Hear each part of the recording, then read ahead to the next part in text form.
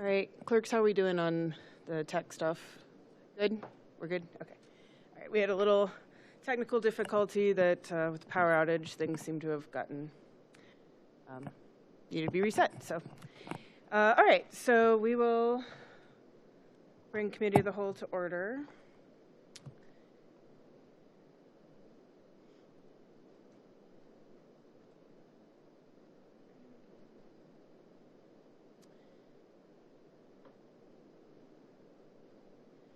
All right, so I will first move to approve the minutes of the May 18th meeting without the necessity of reading. Second.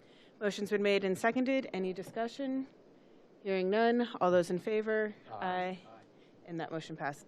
And I'll just note, without objection, I'll excuse the absence of Councilmember Hamilton Steiner, who has recused herself from discussion of the charter review amendments, having served on the Charter Review Commission out of abundance of caution, so she will not be joining us this evening for Committee of the Whole. Okay, so we have several items for Charter Review Commission, the Charter Review amendments. My perhaps overly ambitious hope is that we may be able to finalize these tonight.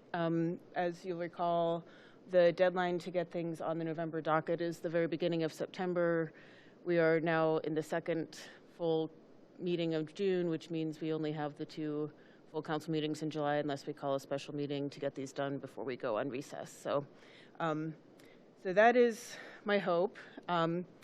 And also, so just to go through kind of what we have before us a little bit, we have 2 versions of the ranked choice voting,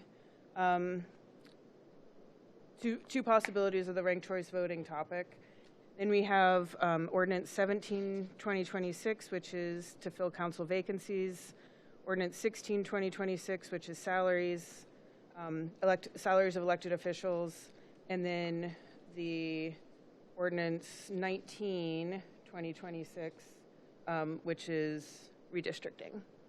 So the Ordinance 16 and 17 have components in them that are connected to ranked choice voting, in that language in them ties to a primary, which could be eliminated were ranked choice voting adopted.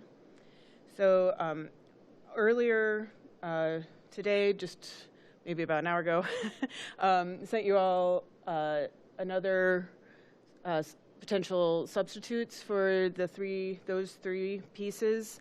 So I'd worked with the law department on going through these, with the idea that whether or not ranked choice voting were to be adopted now or never or in the future, that the language of Ordinance 16 and 17, which as written currently tie to a primary, would not need to be revisited, so that they would still work as written whether or not ranked choice voting were enacted. So we could, and then in Ordinance 19, well, we'll just maybe start with those 2. And then I'll pause there and just say, as regards to ranked choice voting, we've had quite a few conversations about it over several council meetings. At our last Committee of the Whole, the concept came up that we, as we said, we have the 2 ordinances that address it in 2 different ways. The way that Charter Review Commission recommended, which would, if passed, would give council the authority to adopt ranked choice voting by ordinance or resolution, which potentially gives flexibility but puts us at risk of being in violation of SB 63 and losing funding. And then the other option is to have it directly adopted by the voters, potentially, and put into the charter with a severability clause. We haven't dug a great deal into how that severability clause may or may not work. However, there is still the possibility that because SB 63 was passed by the legislature, that even if it is currently not in violation of SB 63, the legislature could change that.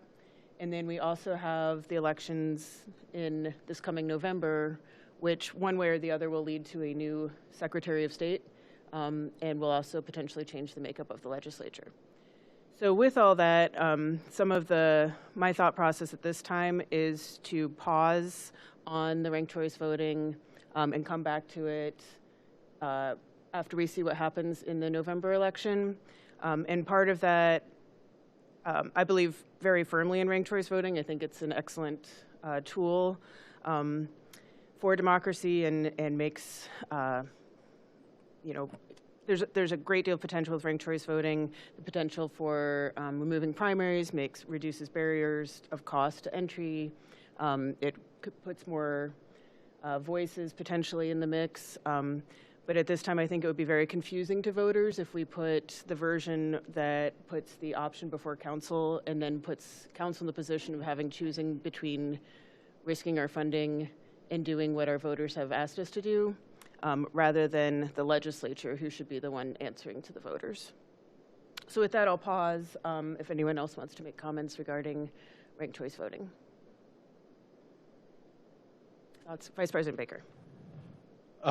Thank you. First, just thank you in the law department. But I know you from our body has been the one kind of leading all of these things, so I appreciate all the time and effort. It doesn't go unnoticed. I'll say on ranked choice voting, I'm of a like mind of you in the sense that I think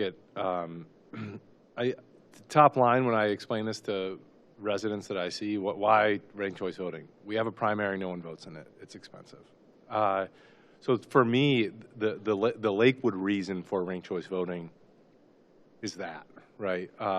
Now, I think that there are other benefits beyond that, which the council president laid out, and I want to do it.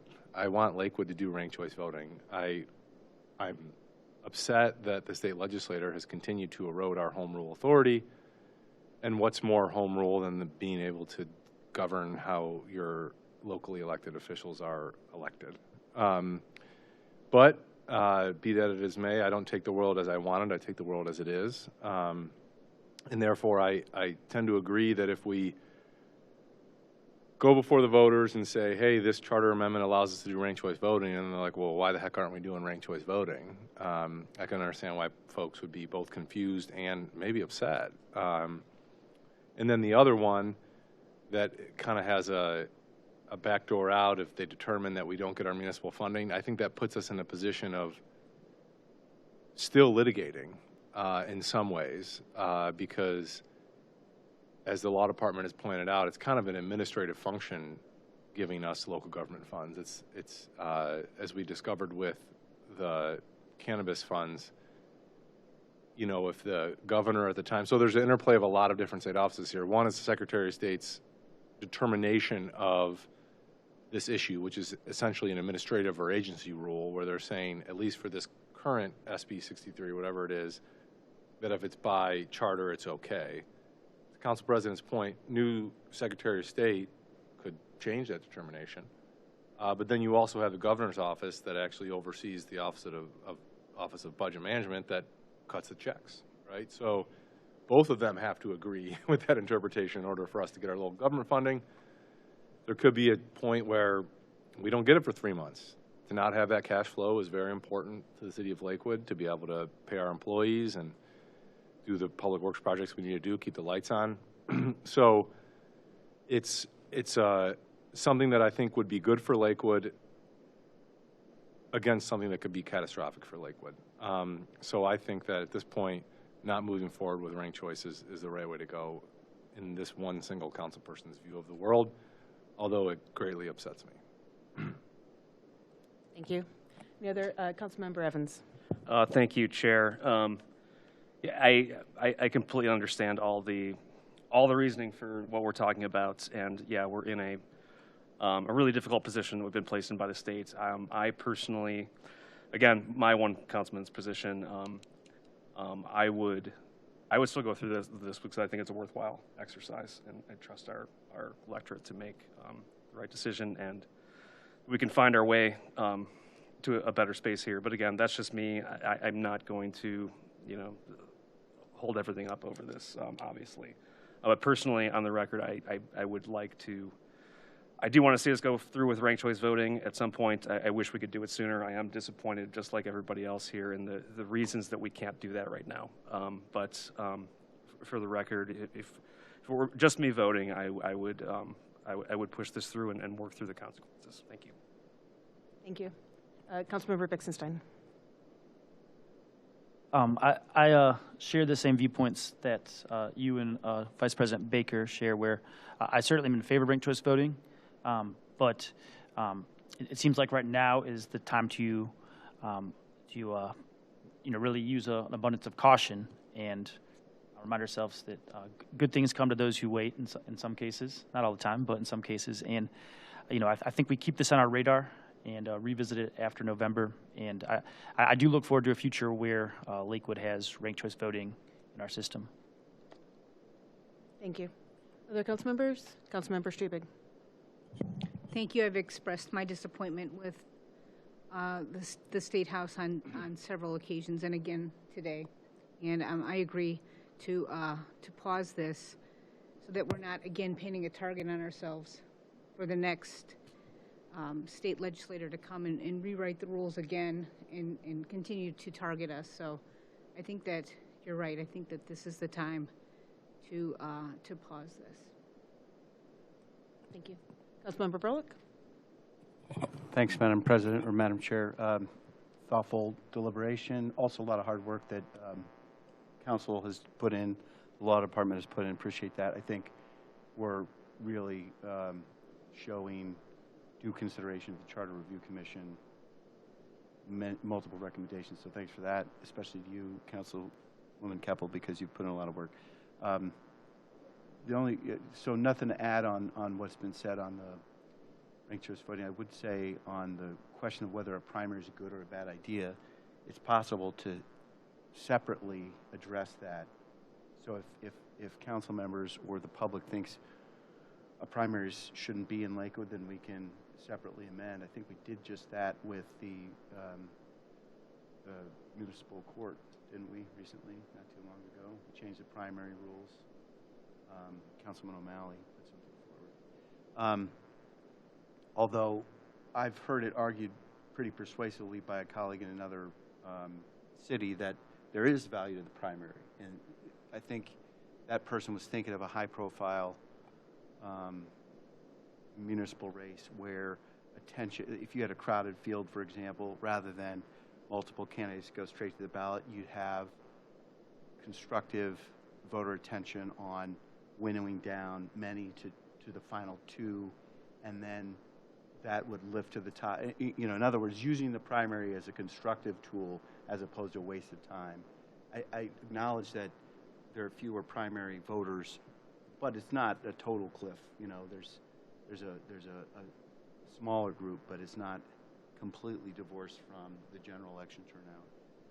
At least the way we do it in Lakewood. So, I mean, I could be persuaded either way.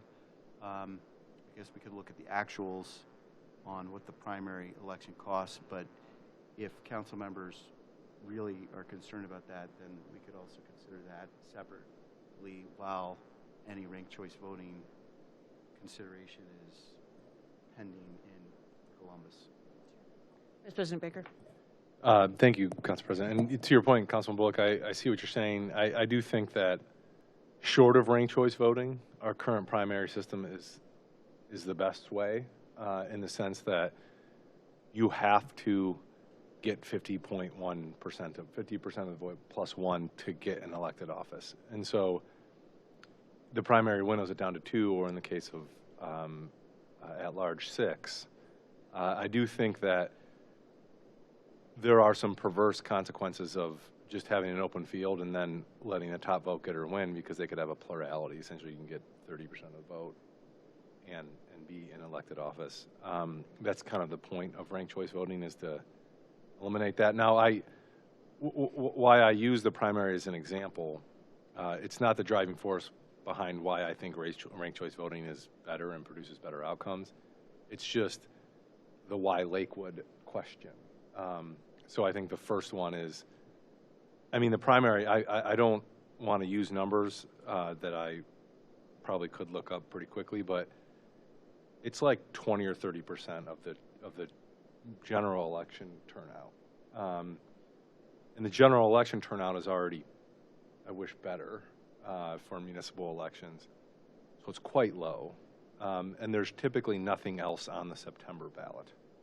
So it's typically only a municipal election. It just, I think it's the best we have in the system that we're in, except for ranked choice voting. But we can't get ranked choice voting because, you know, yes, because we need funding to do the things we do for the citizens of Lakewood. We need to pick up trash. We need to pay police officers. We need to keep nice parks. So. Thank you. And just add on to that, to Councilman Nevin's point, you know, I didn't start into this to be an elected official. I started as an activist, and I'm all about taking on the fight. So I would, if it were just me, I would be happy to take on this fight. But one of the things that I've been thinking about too is how many fights we take on at once. And with this current federal administration and state administration, there may come a time in the next few years where we are forced to take on a fight in order to protect our residents. And this is one where it adds value and is a good thing, but as Councilman Baker or Vice President Baker said, there's also a catastrophic potential fallout. In addition, if we were to do the one where it goes directly in the charter and then it has the clause to go, you know, to pull back, then we might end up with the state rules, and then we end up in a partied primary, which kind of makes things less like ranked choice voting, to Vice President Baker's point. So, but we have, just to keep things rolling here, so because we have just a little over an hour to get through these other three, so it seems like at this time we have some consensus on pausing on this for the moment. I, again, just want to be on record that I strongly support ranked choice voting and think it's a very good thing, and we'll continue this fight with the State House to let us have it, and making sure that I will be working to elect candidates that support it as well. But with that, if there's no other comment from council members, I'll open up in case we have comment from the public on this topic. Would anyone like to speak? Yeah, come on up, Chris.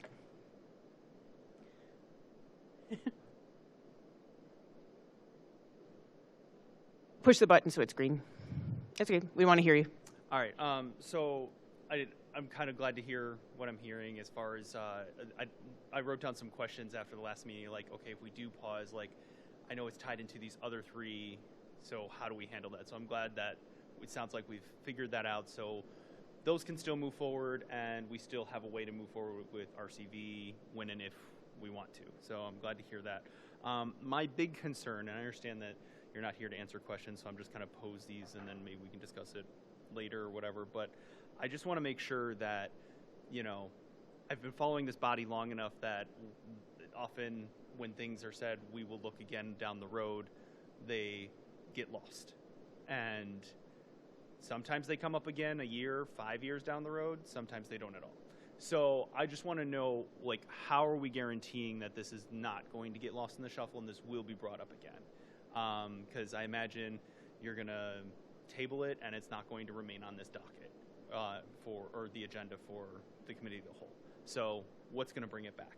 I also want you to take that time and, you know, look into more about the severability clause, because I feel like we keep talking about it, but it hasn't really been dug into over the last 6 months or so that we've been discussing this. So I hope that you can spend some time and actually get some actual info on how that will impact Lakewood if we were to take that route. Same thing with reaching out to the partners that have been discussed that are willing to help support communities that do adopt RCV, to make sure that if we do run into problems with the state, that we're not doing it on our own. You know, that's again something that's been brought up a couple times, but I don't think that's actually been something we've reached out to and discussed with those people. So take this time, do the constructive work that needs to be done, so after November, when this comes up again, we have the information we need. That's all I ask. Thank you. Thank you. Appreciate it, Chris. Michelle, did you want to speak at all?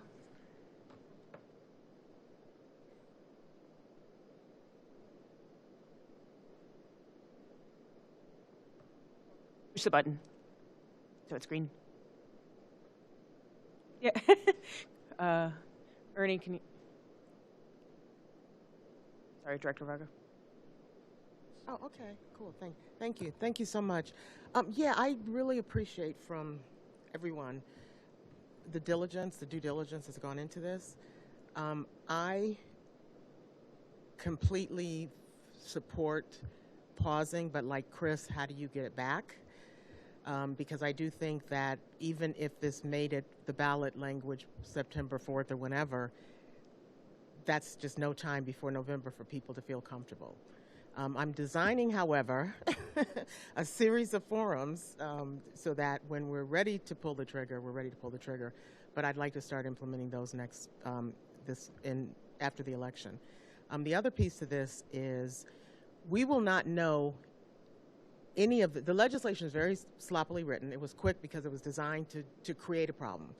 However, it's not going to be solved until there is litigation. And right now, we are part of a bigger legal table, getting pro bono legal help to bring a suit, but we have to have some entity with standing. We don't have standing. And so we're, President Keppel, I'll probably ask our executive director to reach out to you directly. But this is the type of, we're at this moment in time where, and I get it because you've got the trans bill coming down with the high schools, totally get it, which is exactly why we have to fight at every single juncture that we don't sit for this. So I appreciate this. I do look forward to continuing the conversation, that it doesn't die. It's been 2 years of my life, and I'm getting too old now to do another 2 years. So for my sake, y'all, let's have a plan. But thank you, because I've been very gratified to see the work of government in action in real time, and you guys are just tremendous. So I appreciate it. Thank you. Thank you. I appreciate it. And I'll just speak for myself and say that I am fully in terms of how does it come back. I think we continue to work to educate our community and the broader community about the benefits, and I'm certainly willing to be part of that work as well, so we can put some pressure on Columbus to change their ways, and get people elected that will do that work, right? Okay, so with that, thank you both for being here and for speaking and for following along with all this.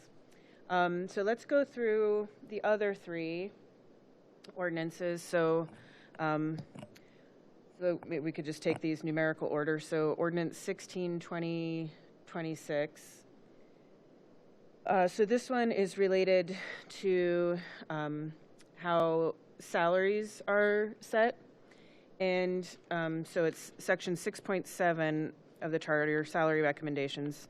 So this is what is before you in the one that I sent today that Assistant Director Swallow and I kind of went over, was that we change it to be on or before March 1st of each year in which a municipal general election is held. The Civil Service Commission shall review and make a written report to council, which report shall be filed, yada, yada, yada. And then so that unless council takes action, if council takes no action or fails to decline to follow the suggestion within 90 days, the recommendation shall take effect as if council had adopted them by an ordinance approved by the mayor. So this changes it, instead of being tied to the presidential election, it's to the municipal. The Charter Review Commission, when they were looking at this, and Assistant Director Swallow, you can correct me if I'm wrong, but the idea was to have salaries reviewed more option, because particularly, I think the way it was written before, the ward council members and the mayoral, because no salary effects can take effect during a current term, and so they would meet and then they'd make a recommendation, then it can't take place for another 4 years, and so then it would end up being 6 years or 8 years. So we I went through and did the math. So because if they meet in March, another section of the code says that any changes to salary need to be in place 30 days prior to the filing deadline. And that's the reason it's tied potentially to ranked choice voting, is because the filing deadline, if we did not have a primary, would potentially be August when the school board is, because for the November election. So this way, doing it in March would give us the 30 days back for it to be on before the filing deadline, as well as the 60 days or the 90 days for council to take action, which gives us the cushion for it to be in place before either a filing deadline, which would be June if there's a primary and for a September election, or August if there's no primary for a November election. So I'll pause there, just that makes sense to people. Councilman Bullock. I'd be happy to make a motion to adopt the red lines on the screen. All right. Yeah, it's actually. There's a difference. Yeah. So the honor before March 1 of each year in which a municipal general election is held. So if you don't have to, I don't have to make a motion right now if there's more to say, but Okay. it makes sense. Okay, great. Thank you. Yeah, so I think the version on the screen has this.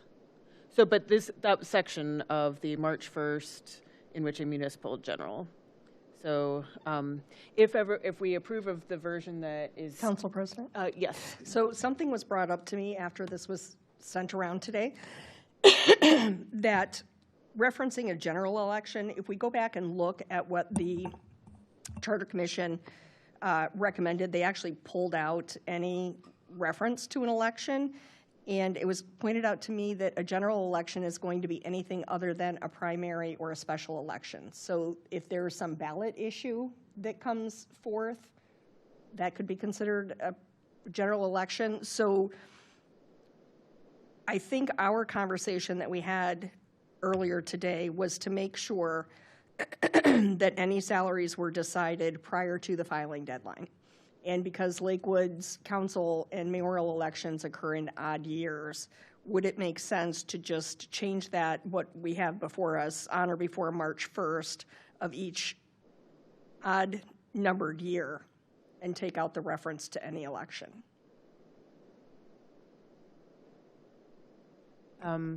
Yes? Does that make sense? Yes, so an odd numbered years, because it was presidential in the, how it stands correctly. Correct. So if we make an odd number, it would Correct. be. And the Charter Review Commission recommended July 1st of each even-numbered year, which if we're doing it March 1st, I still think that's fine. Excuse me, to do it on an odd-numbered year. Municipal. Okay, so would we want to say in which a municipal general election is, or no, which then. We want to say. In which a odd. I think we want to say on or before March 1st of each odd-numbered year, comma, the Civil Service Commission shall review. Yeah, okay. Correct. And strike each odd numbered year, and strike in which a municipal general election is held. It would just be each odd numbered year. Correct. Okay. All right, so I will move to amend to read on or before March 1st of each odd-numbered year,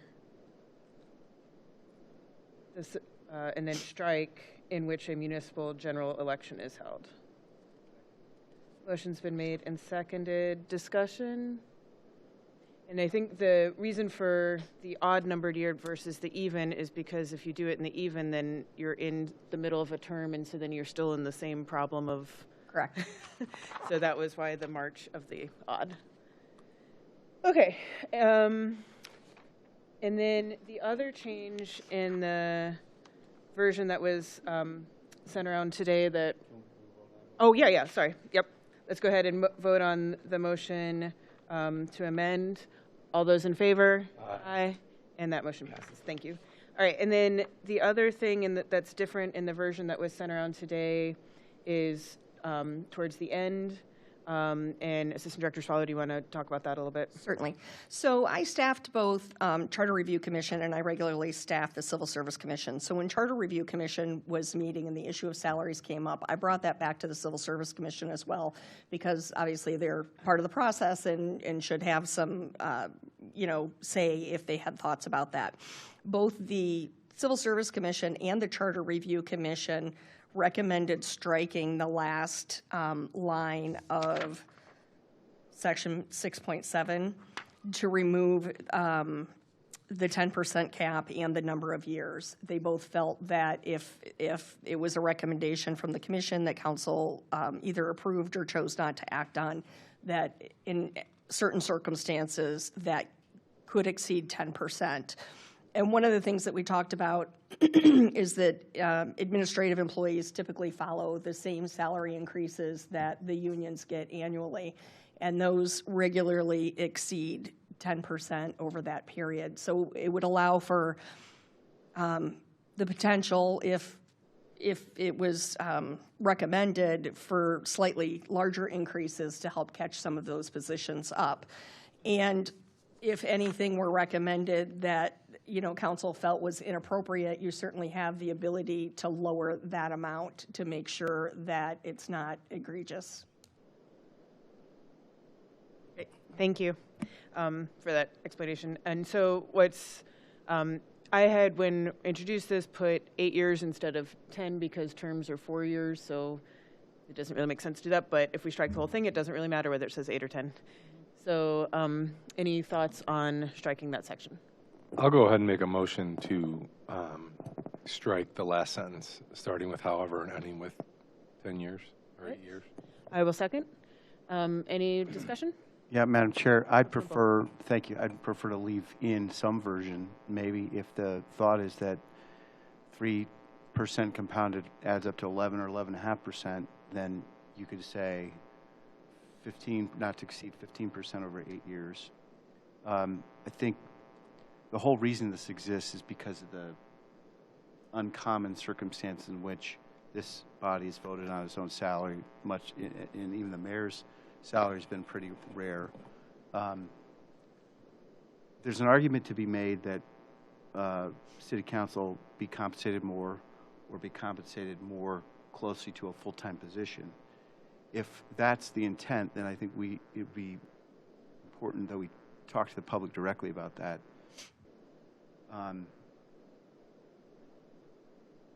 Right now, though, we're a part-time council, and so I don't really prefer large, regular increases. And the statement that city union employees regularly exceed 10%, I don't know if that's always true or that's always going to be affordable. It's been sometimes true. I think we have to have a little bit of fiduciary responsibility about that. I remember, you know, Jen Swall, you remember too, years when that was definitely not the case. We're happy to not have layoffs, and we're happy to be able to provide good benefits, which we always have done in City Hall. But I don't think we can assume like always good times. So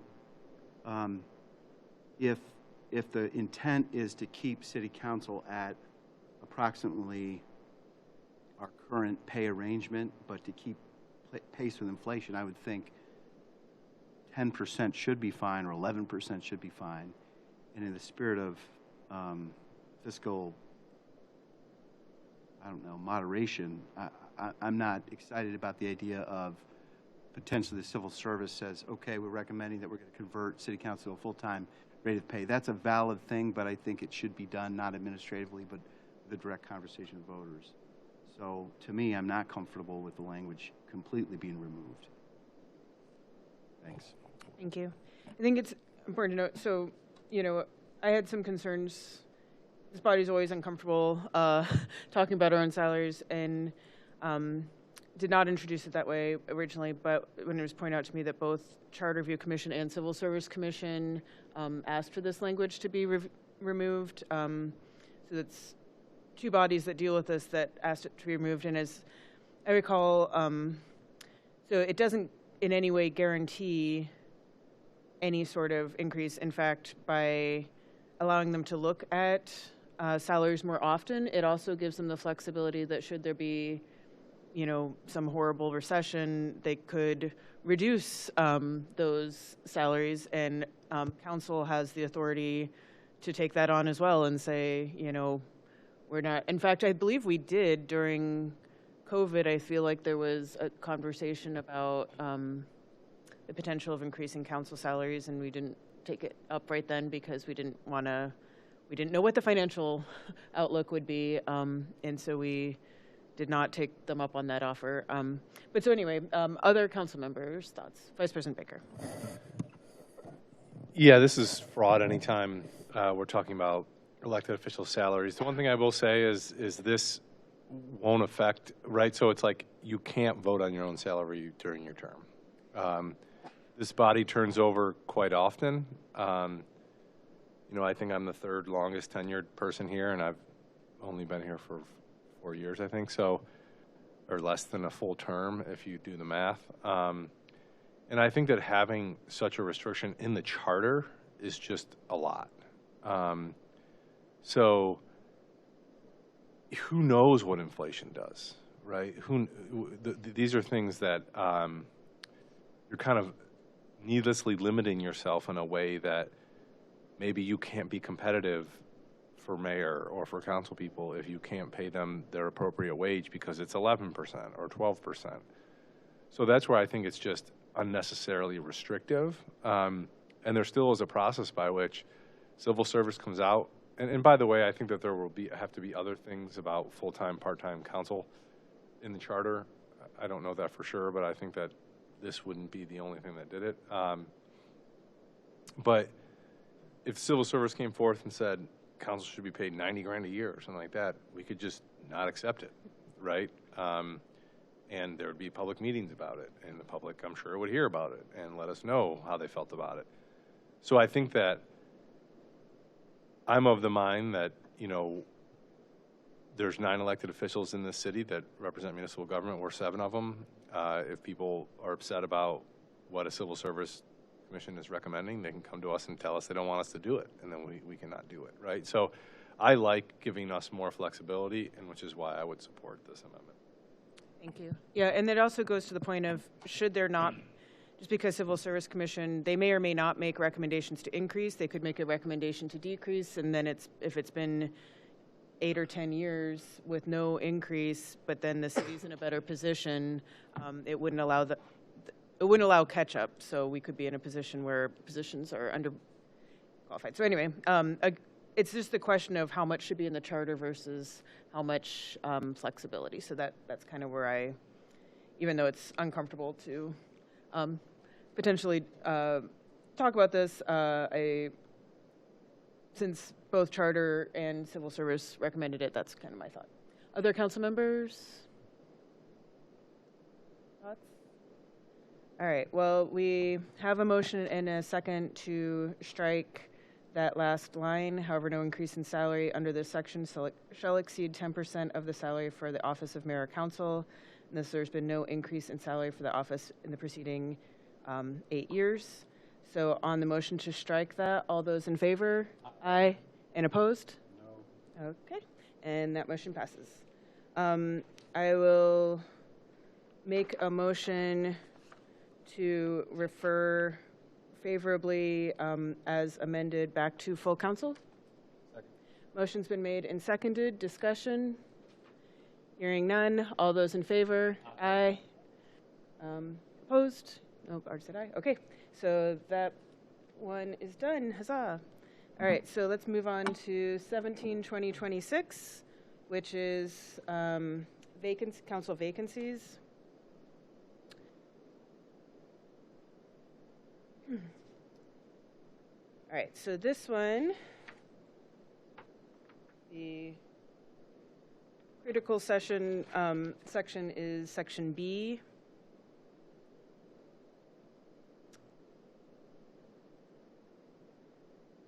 All right, so really I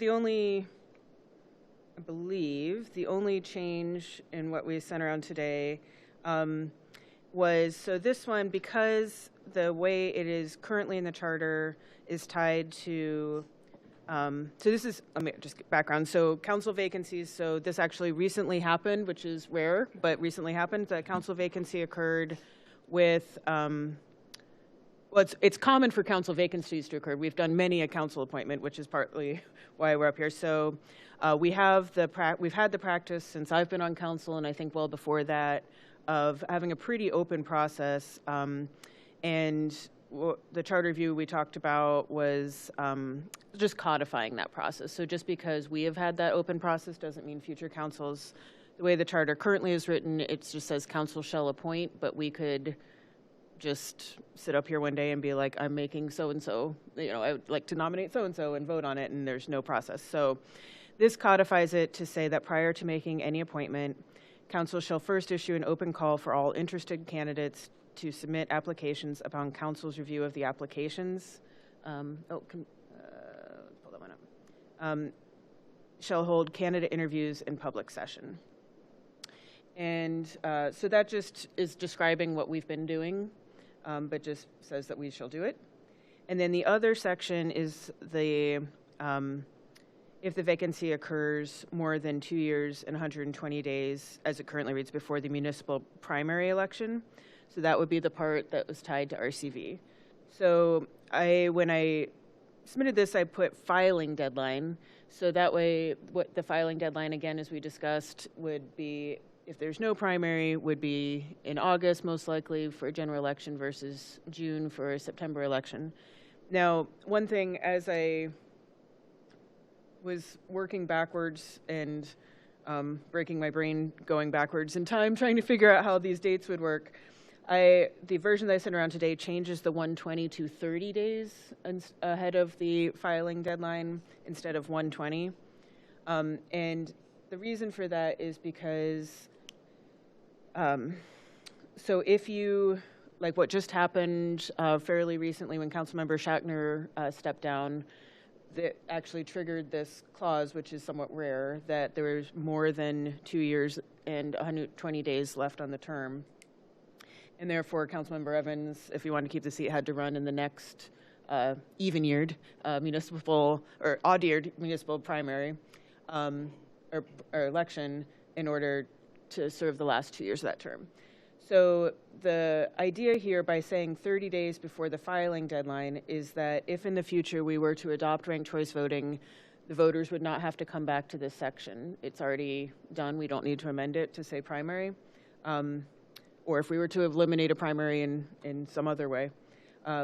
But 30 days before the filing deadline still allows, 2 years and 30 days before the filing deadline allows, if it moves to August, that increases the likelihood of that person having to run versus, which makes it more likely that the voters get a say, is what I'm trying to say. So whereas that if we tie it to the filing deadline, then if someone were to leave in July and we no longer have a primary, then this would still apply, and then they would run in the next municipal election if they wanted to keep the seat.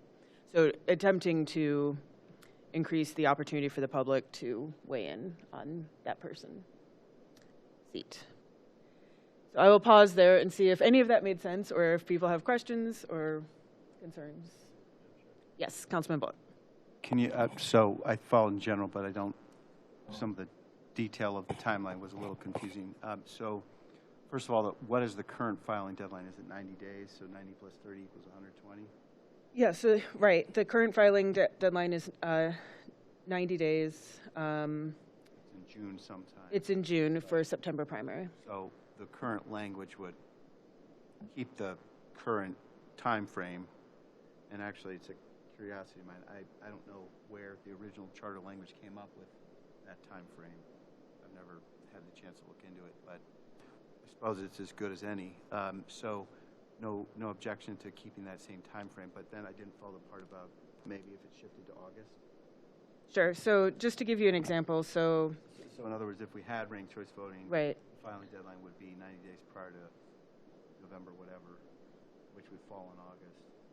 Therefore, you're saying. So therefore, if the election's not till August, then if the vacancy were to occur in July or June, then this would still apply. Your So point is you're erring in favor of the voter having. Erring in favor of the voter. Yeah, right.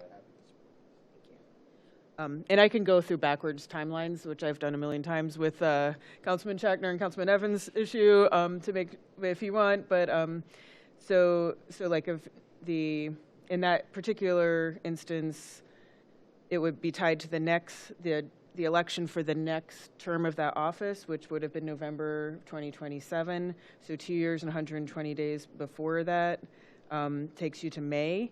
So in this situation, if the filing deadline is June, 30 days before would still be May. So it doesn't really change if we don't, it doesn't really change anything 30 days before the filing 30 days before the filing deadline instead of 30 days before the municipal primary election. It just moves it with the change of whether or not there's a primary. Any other questions or comments, concerns?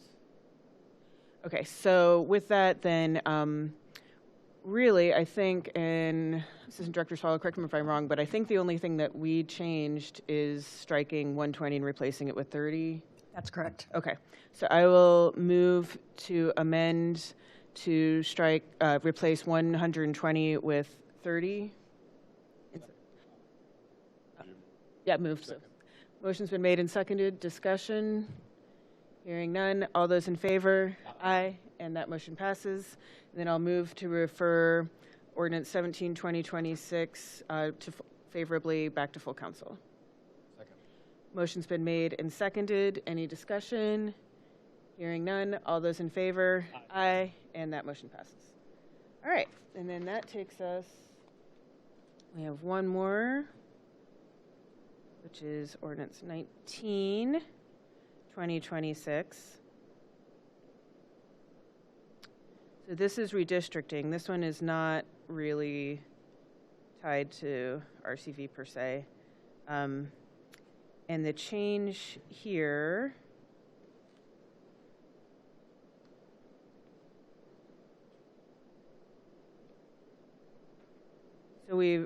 this one is setting a process by which we handle redistricting. So again, I have no concerns that anyone in this current body would gerrymander intentionally or anything like that. But as we've seen with norms eroding, it's good to codify things a lot of the time. So per the Charter Reviews Commission's request, this would be establishing a process that sets up some best practices. Now we've amended this so that that City Council, so it's the same language as the Charter Review, or as the Civil Service Commission, essentially, that if Council takes no action or fails to decline to follow the suggestions within 90 days, the recommendations shall take effect as if City Council adopted them by ordinance approved by the mayor. Let's get on. Now, we had some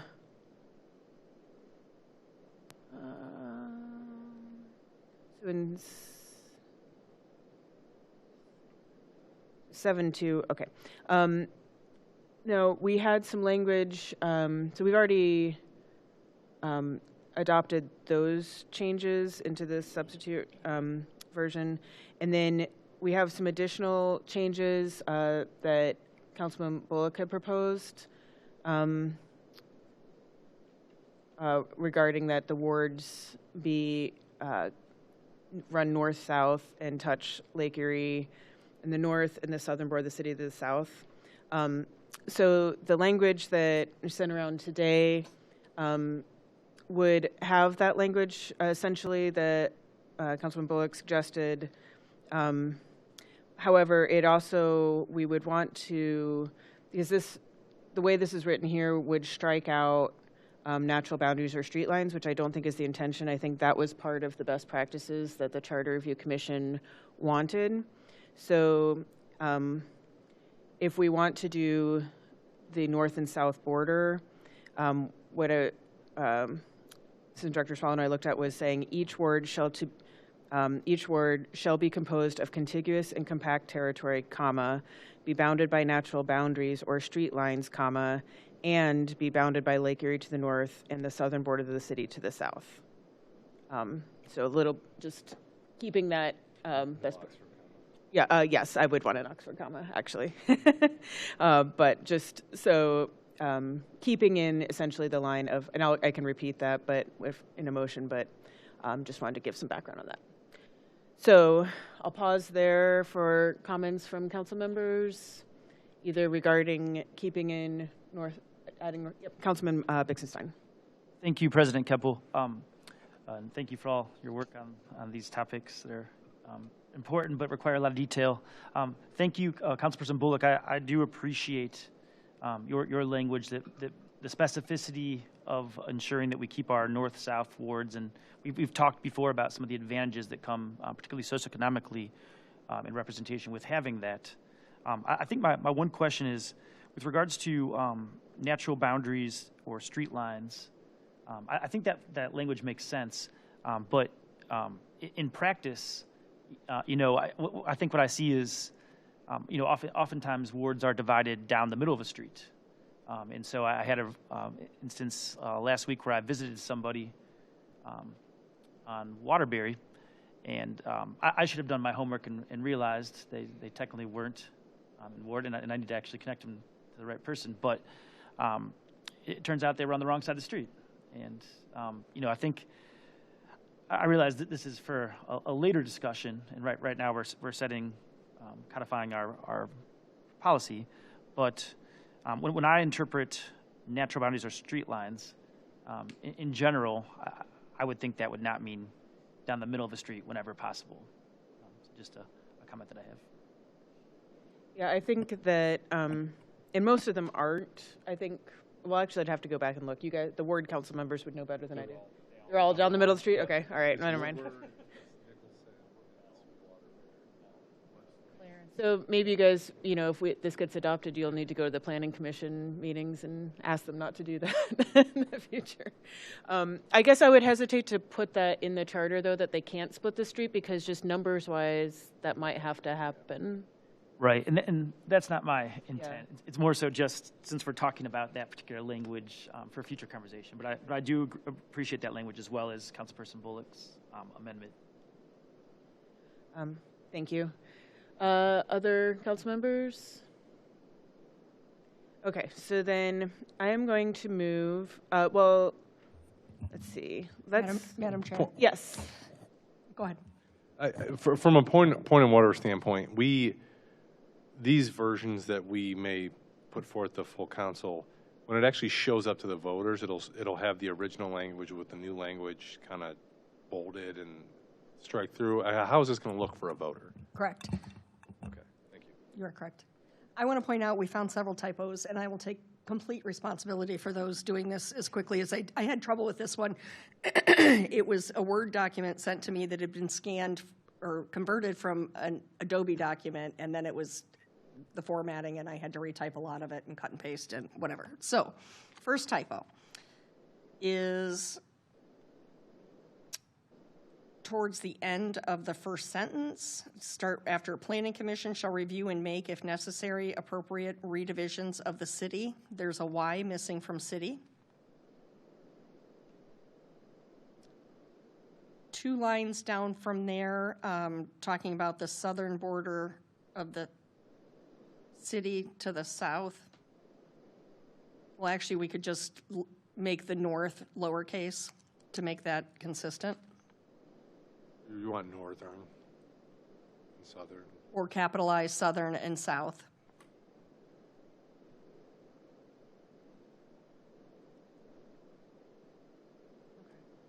So what I'm wondering, is, what if we just work from, we have the version in Granicus, if those typos exist in that version, and then we can just amend to have the sentence that We could do that. Okay, so we're on 19. Let me just double check because there's dates also.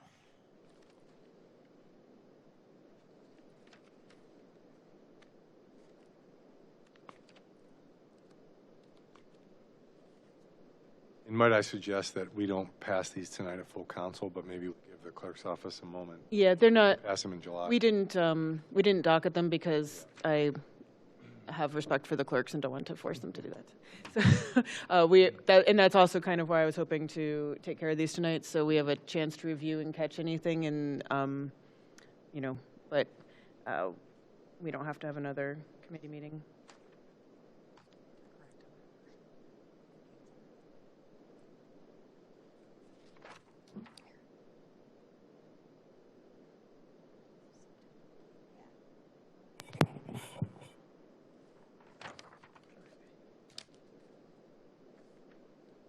I think this version that's in, we have it up now, yeah, right? Is that the, This is the one that's in Granicus. That's Okay. the current substitute.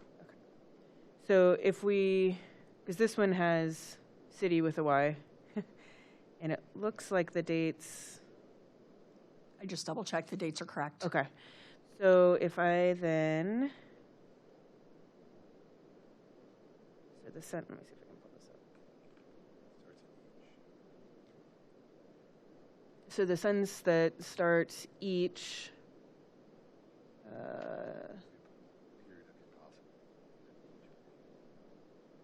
yeah, okay.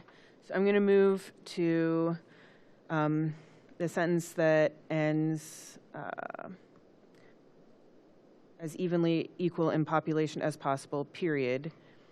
Each, capital E, each ward shall be composed of contiguous and compact territory, comma, be bounded by natural boundaries or street lines, comma, and be bounded by Lake Erie to the northern and the southern, To the the northern border.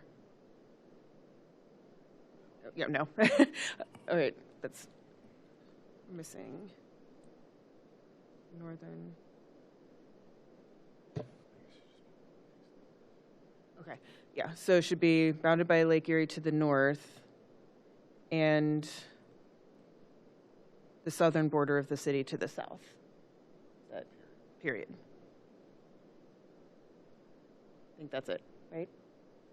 Yeah, do we want to do all of them, or do we want to move that and move on? I think we already, didn't we already do the other ones in the substitute? Oh, yeah, we did. Yeah, so that's the only one because we already changed the, unless council takes action.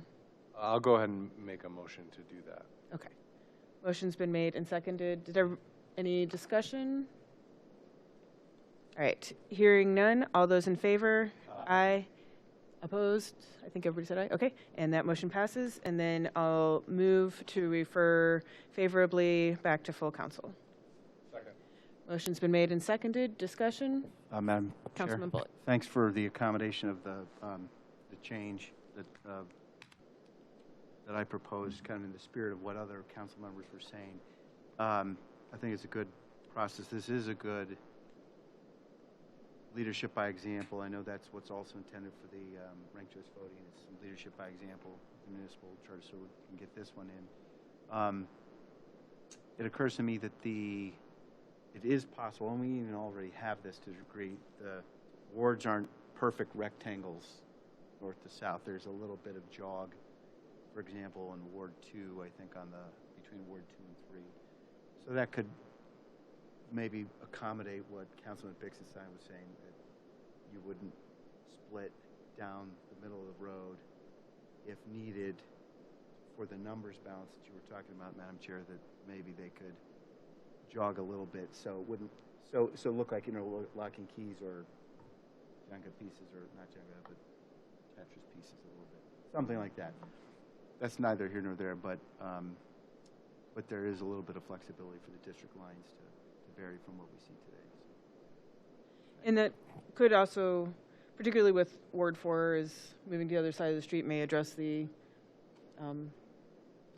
slight discrepancy in the number of residents, but we'll let the Planning Commission worry about that if and when this comes before them.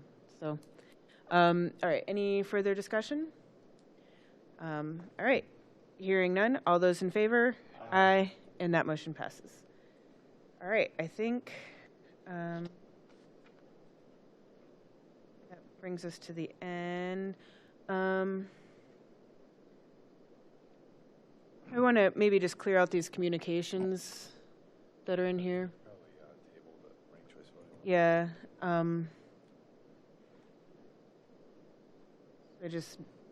Maureen, would I just make a motion to receive and file the communications? And okay, so I will make a motion to receive and file the 2 communications on the docket tonight. Second. Motion's been made and seconded. Any discussion? Hearing none. All those in favor? Aye. And that motion passes. On the RCV ordinances, Which are 21. 21, and 27. I don't know if do I need to move to table them?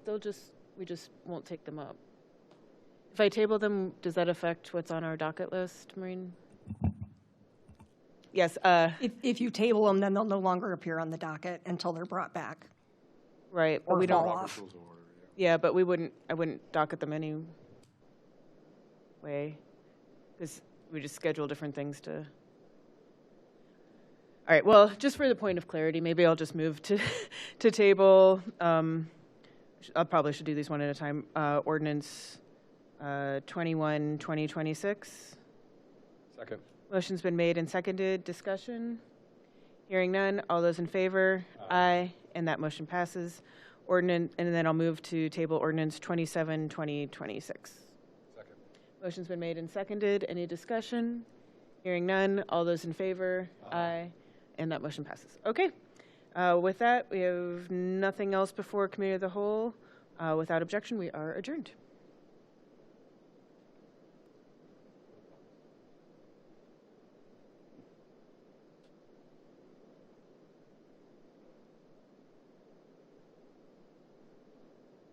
Go watch him. Watch it.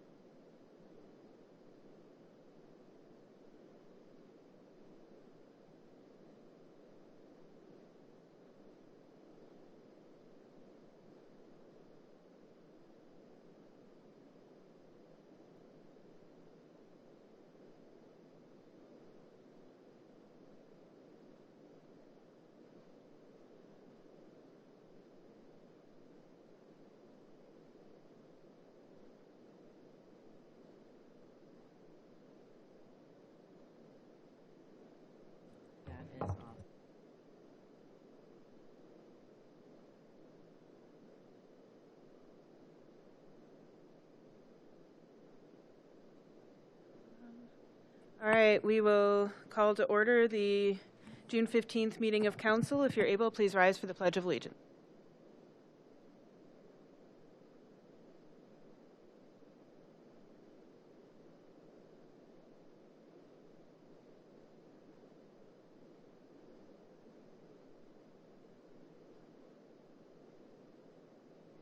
Now pause for a moment of silence.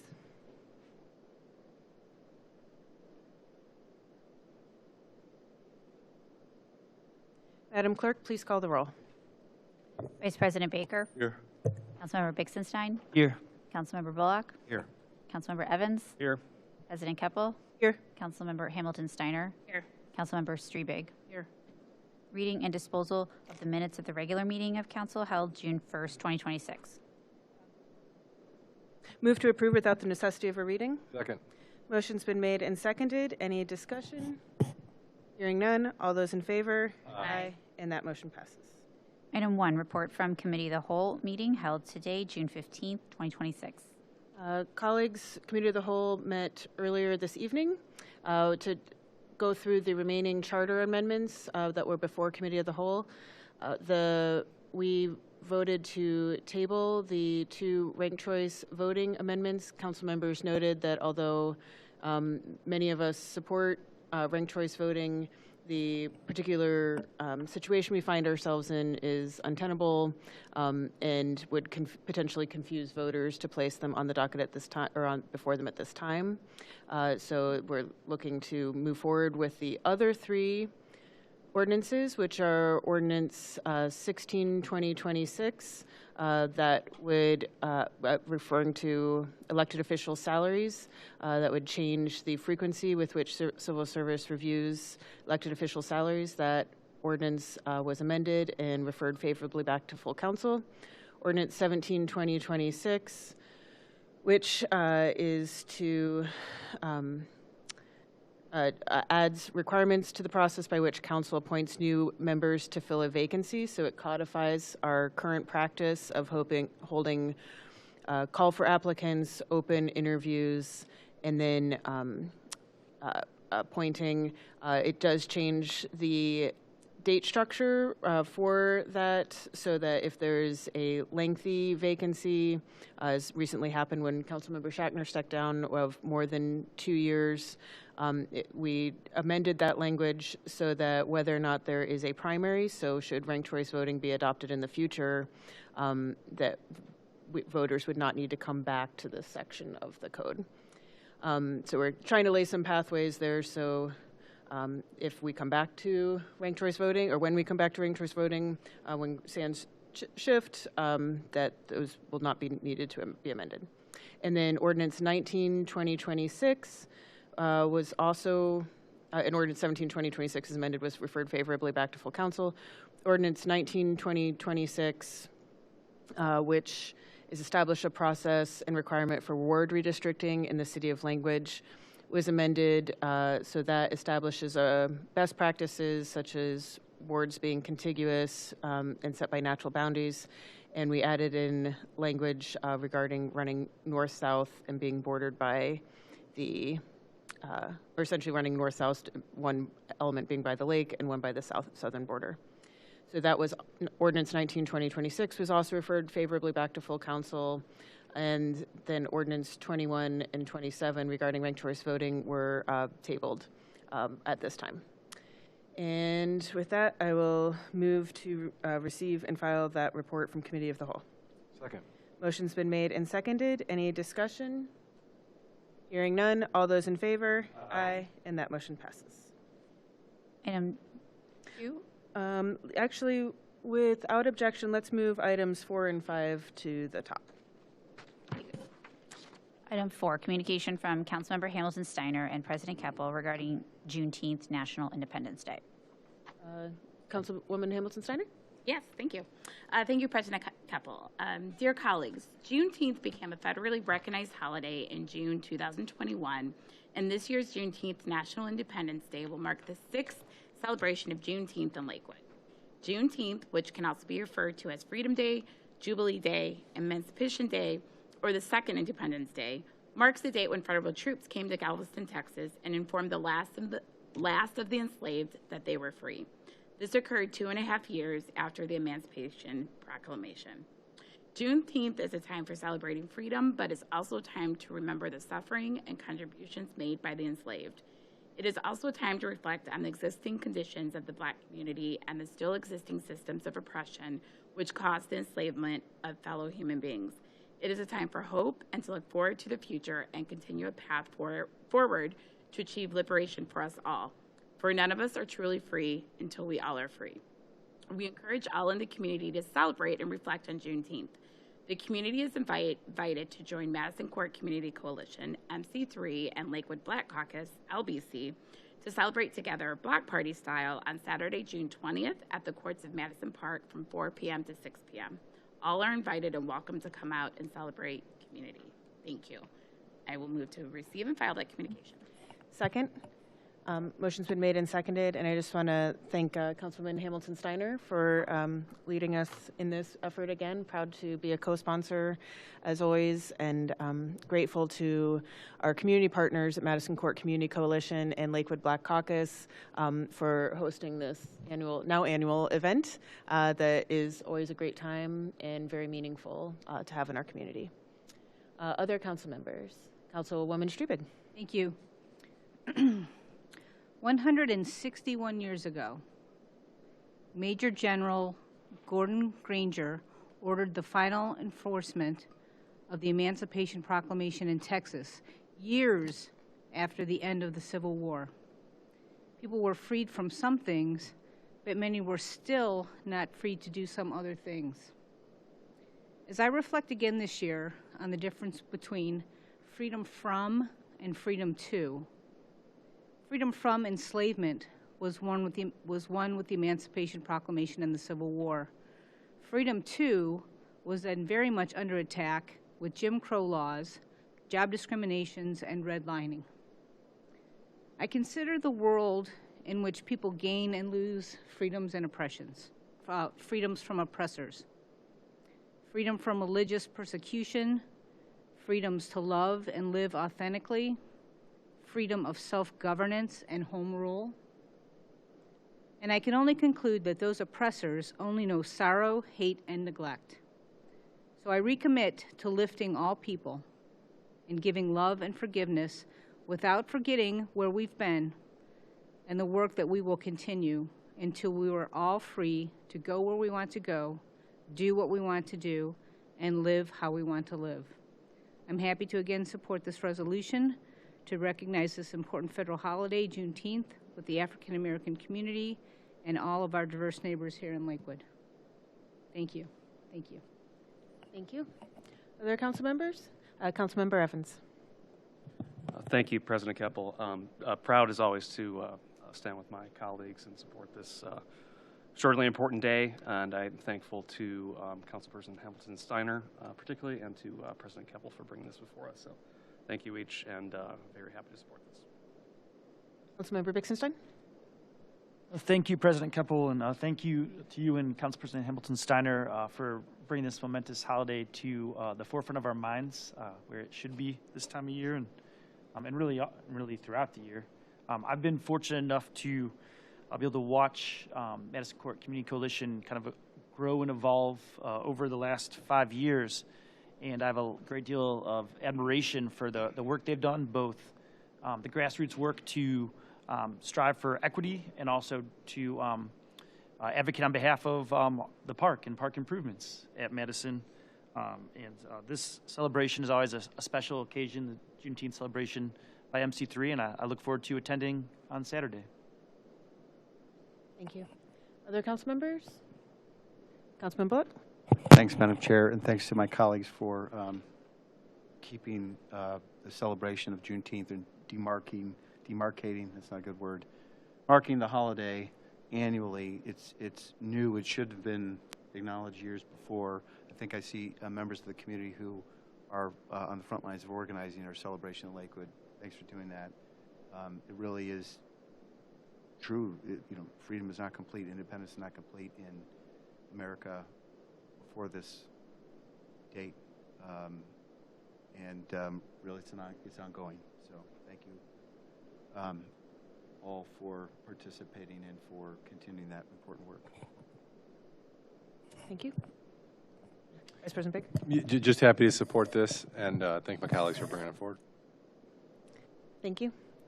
All right, so we have a motion and a second to receive and file the communication. Any further discussion? If not, all those in favor? Aye. And that motion passes.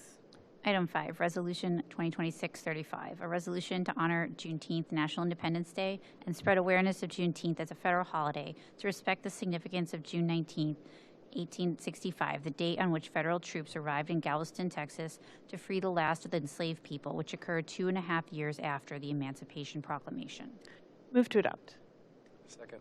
Motion's been made and seconded. Discussion? Councilwoman Hamilton Steiner. Thank you, President Keppel.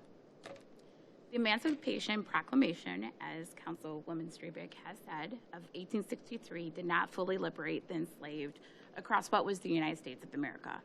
It would take Union troops arriving in Galveston, Texas on June 19, 1865 as the last of the enslaved Texans, which totaled around 250,000, were informed of their freedom from forced enslavement, and it would take the ratification of the 13th Amendment on December 6, 1865, for slavery to be abolished in this country, except as a punishment for crime. Juneteenth has been largely celebrated as early as 1866, when free Texans organized a first annual Jubilee Day held on June 19th. In 1979, Texas became the first state to recognize Juneteenth as a holiday. In 2021, Juneteenth became a federally recognized holiday when President Joe Biden signed it into law on June 17th, 2021.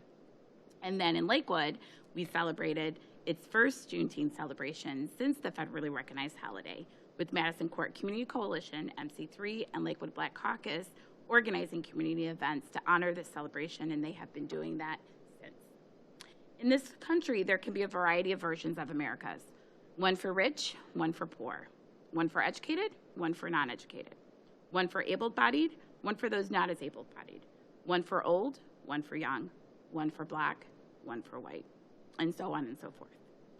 And to intersect with these truths, we have 2 Independence Days. One celebrating the founding of this nation, which, when founded, excluded many and enslaved thousands, and the other celebrating and honoring the freeing of the last enslaved in Texas. July 4th, 1776, the founding of the United States of America with the Declaration of Independence. June 19th, 1865. The last of the enslaved in the Confederacy, state of Texas, are freed. And it's possible to celebrate both. One representing the ideal of who we could be, July 4th. The other representing the reality of who we are, June 19th. The Juneteenth flag, created in 1997 by Ben Haif, founder of the National Juneteenth Observance Foundation, is red, white, and blue, the same colors in the American flag, to represent that those enslaved, blacks, are in fact Americans. An arc symbolizes a new horizon for hope. The star is a nod to Texas, where Juneteenth was first celebrated. The burst outside the star represents a new beginning. And that is that new beginning that we all need to continue to strive for. Thank you. Any further comments, discussion? All right. Hearing none, do we have anyone who signed in to speak on this? No? Did anyone want to speak on this? Yep, come on Juneteenth? Okay, we'll give you time to speak about the other. All right, Jessica, do you want to come up? All right, come on up. Push the button so it turns green. We're having trouble with the clock, but I'm sure you'll probably won't go more than 5 minutes. All right, so, yep. Okay, can you hear me? Okay, so this is going to be quick, but I just want to say thank you for recognizing this holiday every year. It's very important with our history that just recognizing Lakewood is about the community and everything. So thank you. Mm-hmm. All right, anyone else want to speak on this topic? Yep, come on up, Nathan.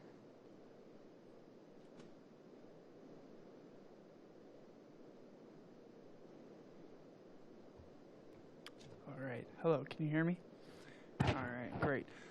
Yes, thank you for doing this now and every year. And to Councilperson Hamilton Steiner and all the things she said, That is the whole reason we come together to put on these community block parties, to show that no matter the color of your skin, no matter what altar you worship at, no matter what country you're from or your descendants may be from, we all come together. We all eat the food, we all listen to the music, we all have a great time. And that's the whole point. And so thank you very much for the recognition and for everything you do. Thank you. Thank you, and back at you. We really appreciate Madison Court Coalition and Jessica for your work on LCRAC and Anti-Racism Task Force, so thank you. Okay, any further discussion? All right, after I presume we will adopt this, we'll do a picture down front, and if you'd like to come up and join us, and we have a copy of the ceremonial resolution.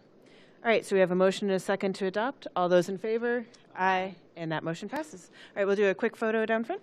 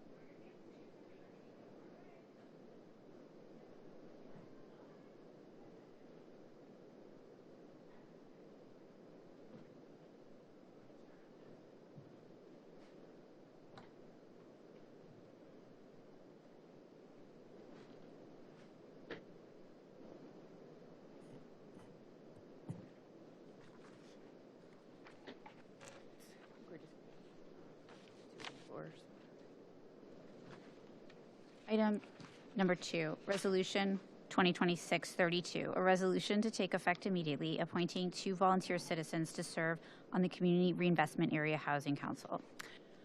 So this one we need to fill in the appointees on.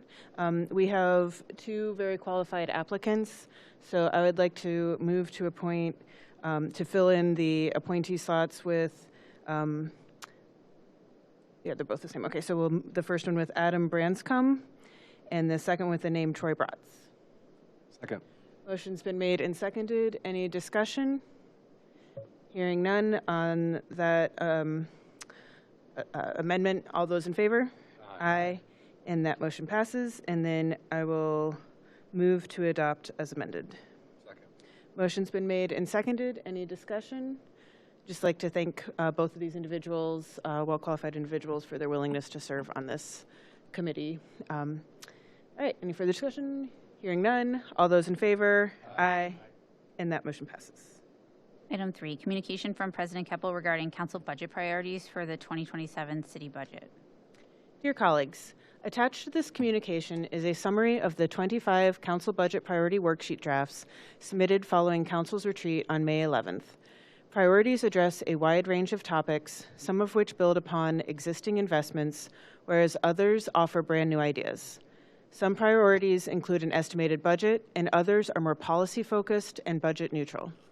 Some of these priorities were developed by council members individually, some in small groups of no more than 3 council members, and some in collaboration with staff or community stakeholders. The goal of identifying and announcing council's priorities early is to ensure that council and the administration have ample time to collaborate prior to the introduction of the city's 2027 budget. As the next step in this process, I propose that this communication be referred to committee where the priority drafts can be discussed in greater detail, the administration can better understand their impact on the city's 2027 budget, and the public may provide input. In preparation for that discussion, Council members are encouraged to continue researching their priorities, speaking with appropriate staff and external stakeholders, and refining budget estimates. I expect that the drafts may be revised and refined based on the public discourse and continued research, and that final versions will be completed in time so that they may be included in the proposed 2027 budget when it is introduced this fall. It is my hope that this process will allow for a smooth and collaborative budget season. I'm going to move to refer this communication to Finance Committee. Second. Motion's been made and seconded. Discussion? Councilman Bullock. Thanks, Madam President. First of all, thanks for leading City Council in not one, but several years in a row of strategic planning retreats. I think City Council's gotten better and better each year, and I certainly appreciate working with Director Mahoney and Mayor George and the administration on all this. And I look forward to working in the Finance Committee or whichever committee this gets referred to. A lot of good ideas on here. And most of these are ideas we've talked about previously, so hopefully it's not a complete surprise to the administration. And any new ideas, we've got opportunity to discuss that. The one thing, I did have a chance to talk a little with Director Mahoney. If feasible by July 30, if we were able to complete this deliberation, then that would be compatible with the schedule that the administration, the Director Mahoney shared at least with me. Their standard calendar is approximately August 1st. City departments begin discussing with the Finance Department all the annual routine operations, staffing, capital needs that they have anyway. That then goes into the preparation and presentation of the budget booklet mid-November, and ideally City Council's budget priorities, whichever of those that we do support with a majority support, could then be considered as part of that administrative process. I just wanted to share that outside of a meeting that we had. I had a one-on-one conversation with Director Mahoney, and she conveyed to me that July 30 is an ideal date. It's not a requirement, but if it's feasible for us to work that quickly, then we'd be right on track. Thank you. Thank you. Director Mahoney, do you want to comment on that? Sure, and I appreciated the conversation with Councilman Bullock. Just the one thing that I also relayed to him is just like every other department, we can't fund everything, unfortunately. So if council would prioritize, this is the most important, and maybe the top 2 or 3, so that when we look to add or subtract things, we can look, we can consider those in the budget process. Thank you. Yeah, I think, it's a little different because these aren't like council office priorities. We're not talking about things suggested. We're talking about citywide priorities. And what I'm really hoping that this process, as we talked through last year, that we are able to incorporate so that it's not a yours and mine budget and that we don't have last minute amendments, but that we're coming collaboratively to this together and have a pretty clear picture that a budget that works for all of us. So appreciate that. And I know I'll let Vice President Baker talk. Yes, so thank you, President Keppel and Councilman Bullock. I often say you've forgotten more about the budget than most of us know, so always appreciate your insight through this process. But the way I really appreciate council staff and council president putting this together, because as you look through these summary sheets, it's not all we need this amount of money appropriated to this cause. It's kind of more shared priorities, and as the public may or may not be aware, but we certainly are. Open Meetings Act requires that any time more than 3 of us are talking, it has to be an officially noticed meeting, because you can't deliberate public issues with the majority anywhere except at a publicly noticed meeting.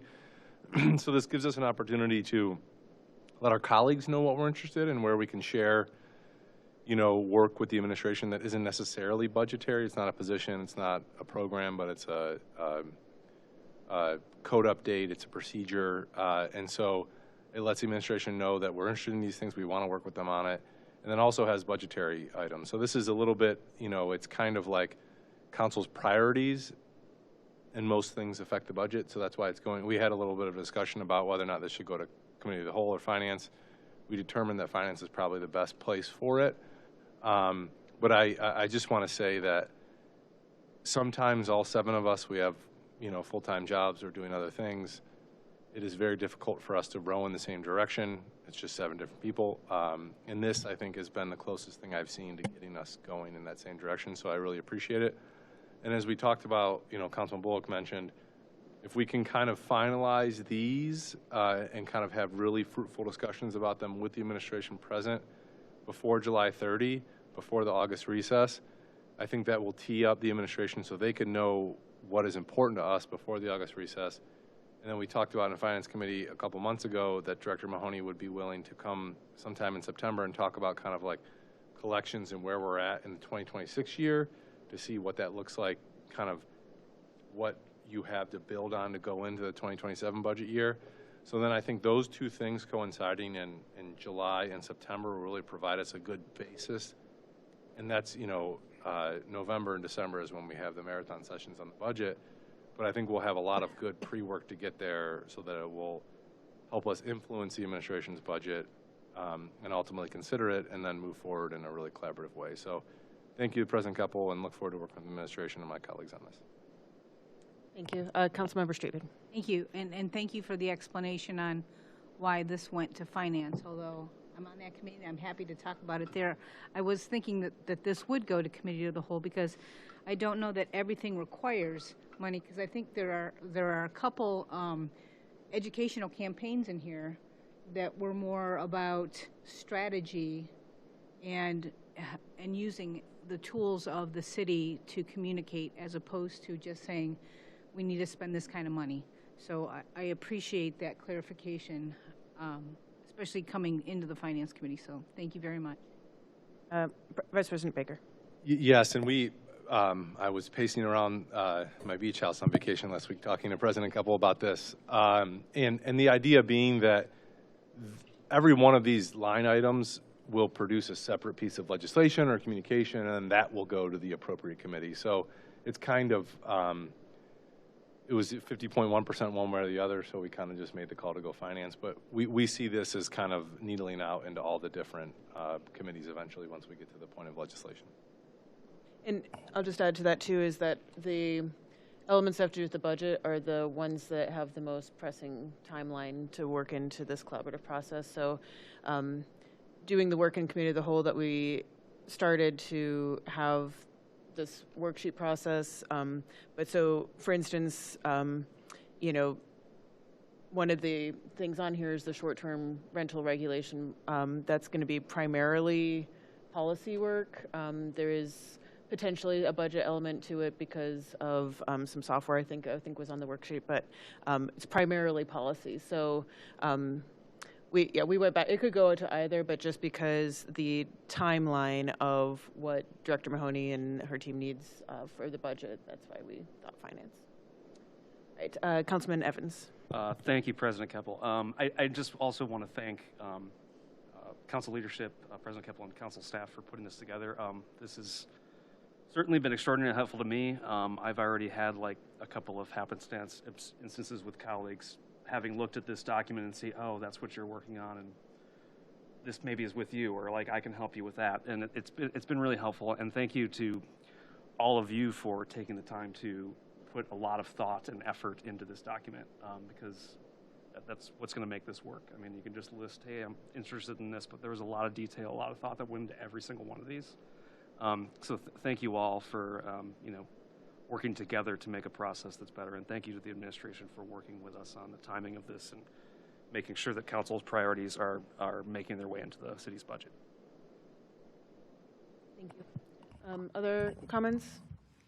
Madam President.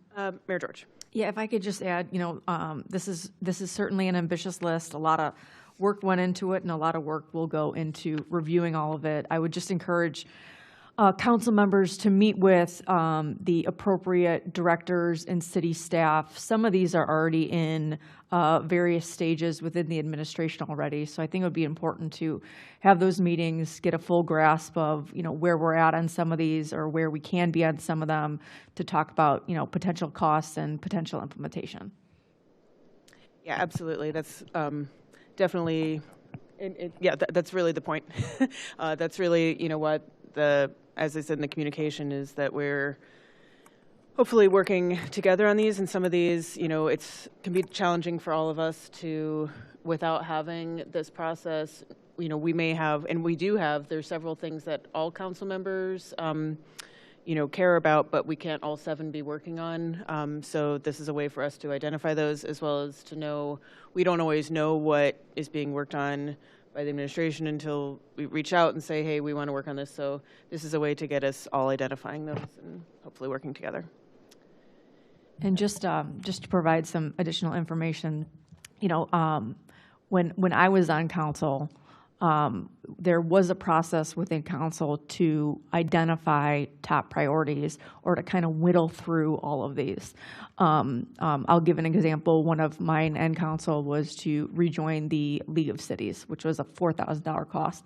Council had a deliberative process, and at that time they decided not to join League of Cities. So I think it's important also for council to have communications and to piggyback of what Director Mahoney said, to figure out some of these top priorities, because within this document, we've got millions of dollars of budget requests, and we do just have a finite number, and the vast majority of city dollars go towards funding general city government, fixing potholes, responding to public safety, and all of those things. So I just encourage council to really speak together and kind of identify those priorities so we can actually accomplish some of these together.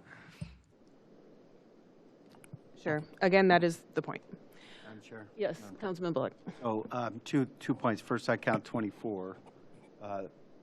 And I want to respond to the mayor, but also then ask a question. So first of all, Mayor, I think this is the wide end of the funnel. Am I on? This is the wide end of the funnel, and some of what our work in the next 6 weeks is going to be to narrow it a bit. Some of these are very long-term. For example, the Lakewood Community Circulator, excellent issue.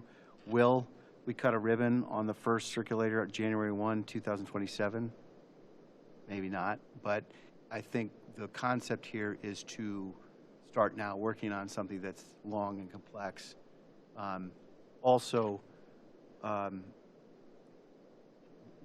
How this list was produced was to say, all right, is there somebody putting it forward, not is there a majority? So that portion comes in front of us. So I think we do appreciate everything you're saying about affordability, complexity. Also, some of this is intentionally overlapping with some of the good work the administration has been doing for quite some time.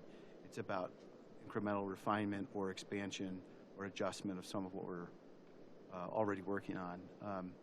Now, even though this is an overly long list and already overly ambitious, my question for the council leadership is, if something else comes up that happened to fall after our cutoff, aren't we able to also add that or work on it regardless of whether it appears in this list? Because, for example, residents will come to us and say, hey, I'm experiencing this problem in my community or in my neighborhood, and please, I'm asking you as a council member to do your job and work with me on this. So there's at least 2 examples of that, one of which is on this list, but another is not. And we could probably think of other hypotheticals. So this, I think the point is, this is a management tool, a planning tool.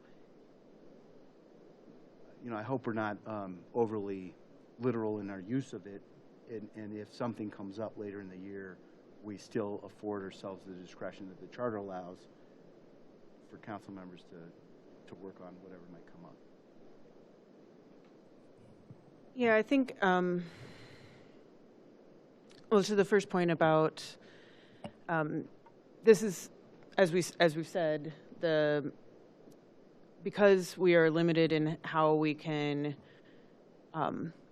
work together on things, that we need to have a process that comes in the public eye of how we're working, so that we can all identify who is interested in what and leading the charge on what. For instance, we're all interested in block clubs, but all 7 of us can't work on legislation about block clubs. So we need to identify who's going to lead the charge on that. So this is a mechanism to do that, those kinds of things. Some of these things are already funded, that they aren't, that money already happened in 2026. We're just saying we're going to continue to do that work.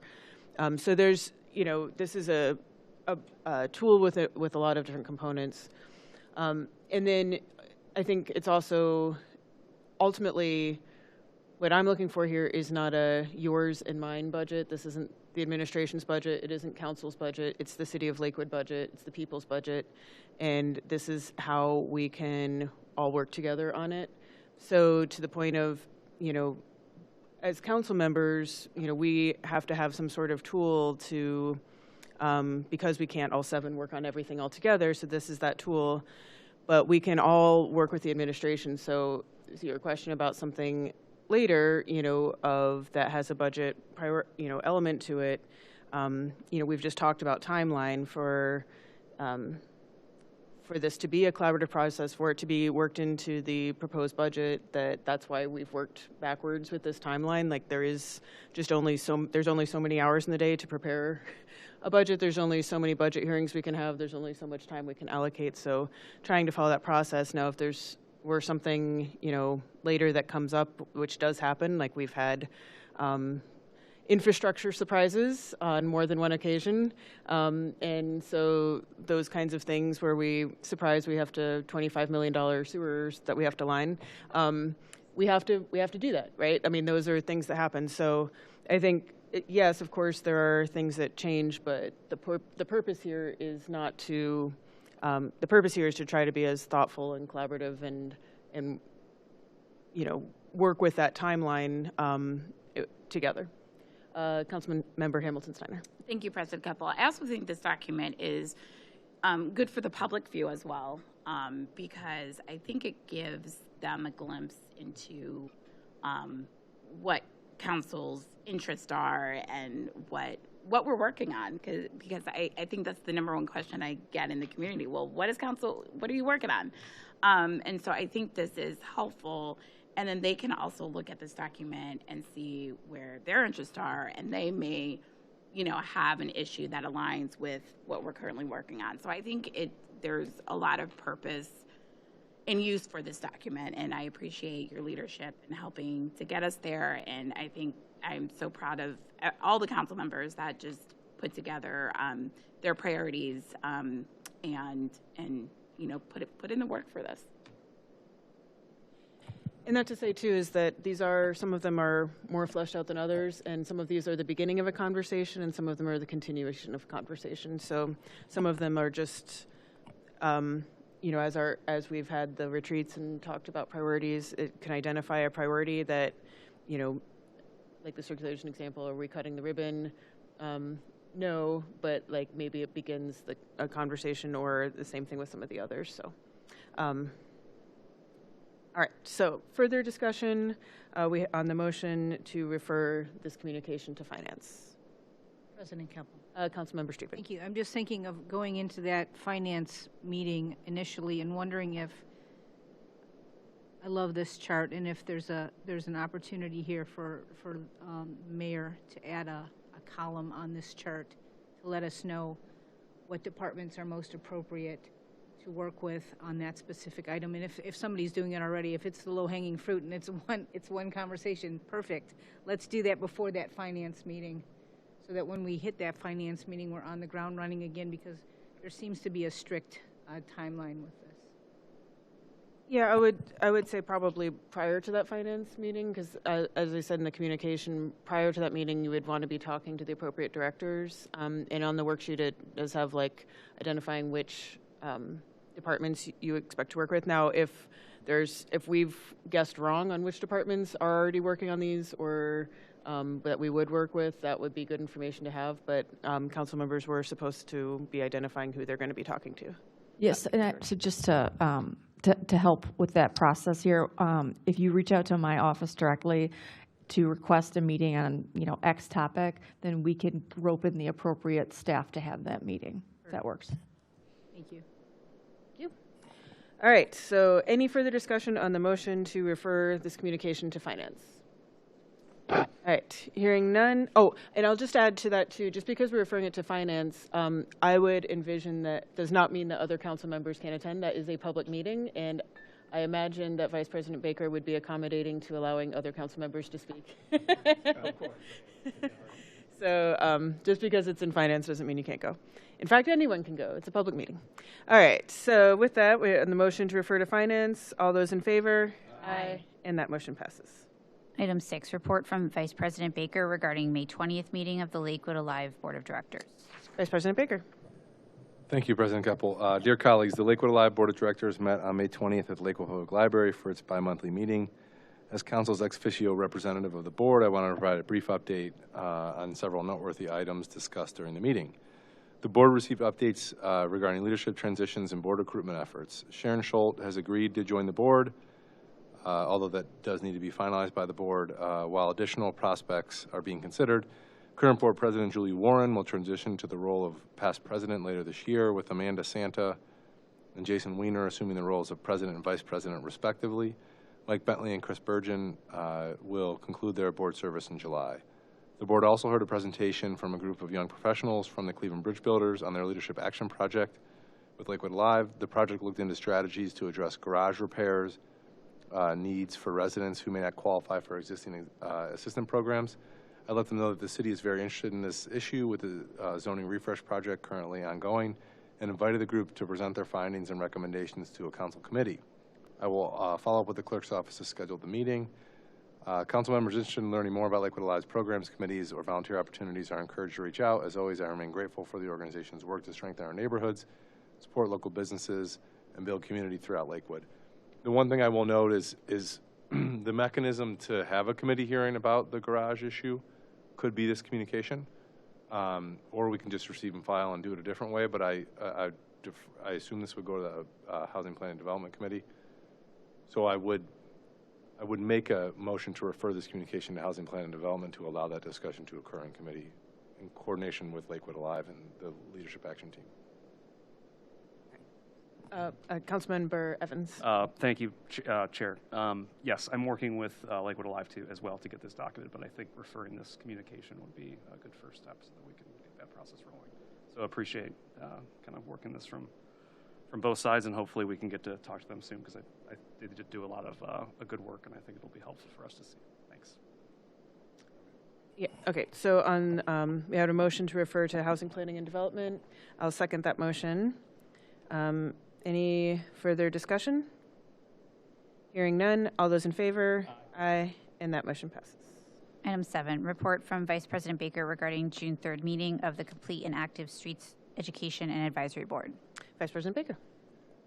Thank you, President Keppel. Dear colleagues, the Complete and Active Streets Education and Advisory Case Board met on June 3rd, 2026 in City Hall Auditorium for its second quarter meeting.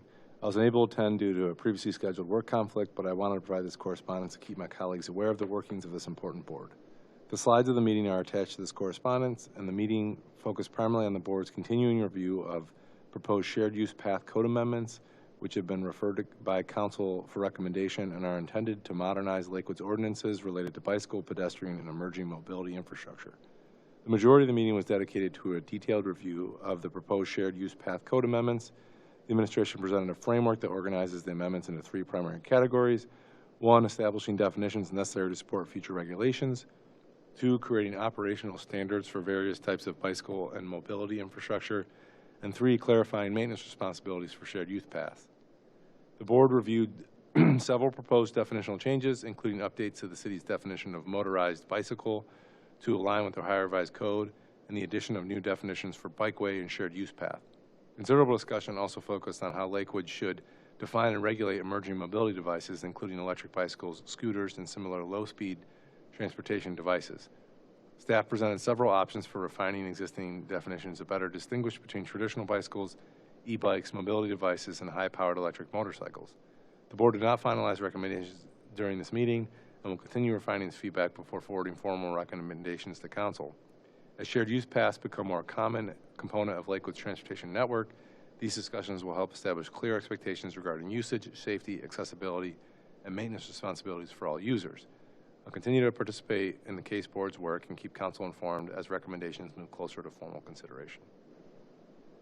I'll make a motion to receive and file this communication. Second. Motion's been made and seconded. Discussion. Councilman Bullock. Thank you. First, thank you for the detailed report. Second, thanks to the administration, Director Byington's team, and really others too. I know Director Gordon, I think you're involved in that board, and maybe the Chief of Police too, or anyway, it's a joint effort. The topics are extremely important and timely.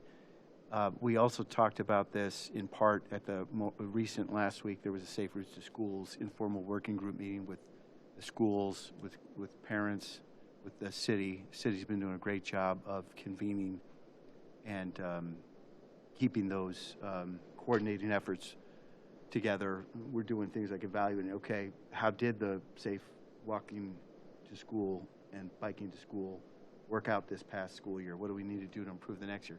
Well, the e-bikes, e-scooters issue came up, and it's everywhere. And one insight was parents really probably could use some education, because parents are buying these for their kids without really thinking it through.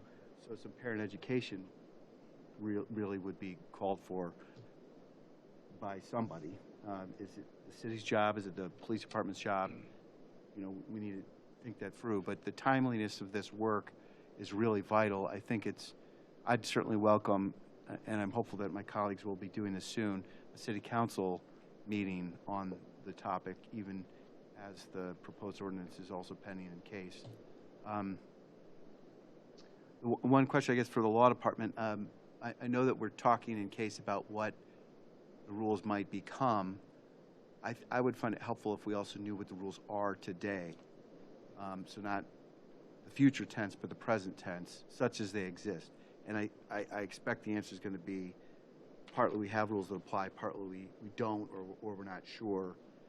But just, you know, and maybe that's an attorney-client privilege. I don't know if that needs to be or not, but it would just helpful as a starting point to understand how our current laws might apply to some of these new devices. And also, you know, multi-use path, we're proposing to define the term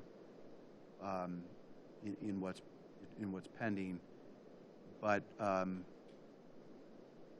even before that's adopted or potentially changed, how do we know what the proper usage of bike lanes, the general travel lanes on the road, sidewalks, multi-use paths are for all of these different categories?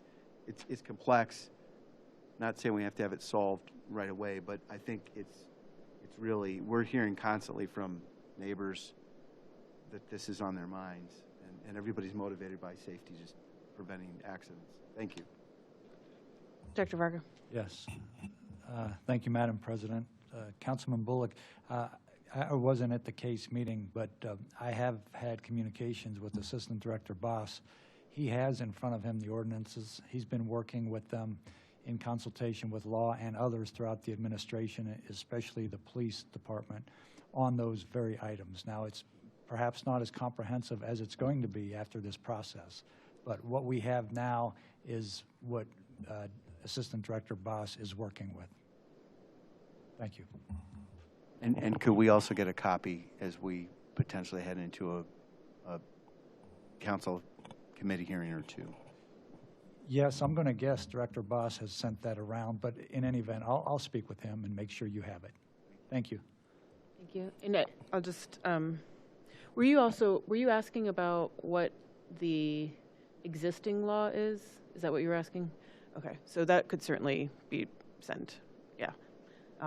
And then I believe my understanding is that because the ordinance is also in housing planning and development, and because it's also a public safety matter, I believe the chairs of both committees are looking to hold a meeting together with the case board and try to get all the input at one time and finalized and dealt with. So we should see that soon. All right, so we have a motion and a second to receive and file this report. Any further discussion? Hearing none. All those in favor? Aye. And that motion passes. Item 8, reports from Councilmember Strebig regarding the May meetings of the Community Health Action Team, the Community Recreation Education Commission, and the Youth Council.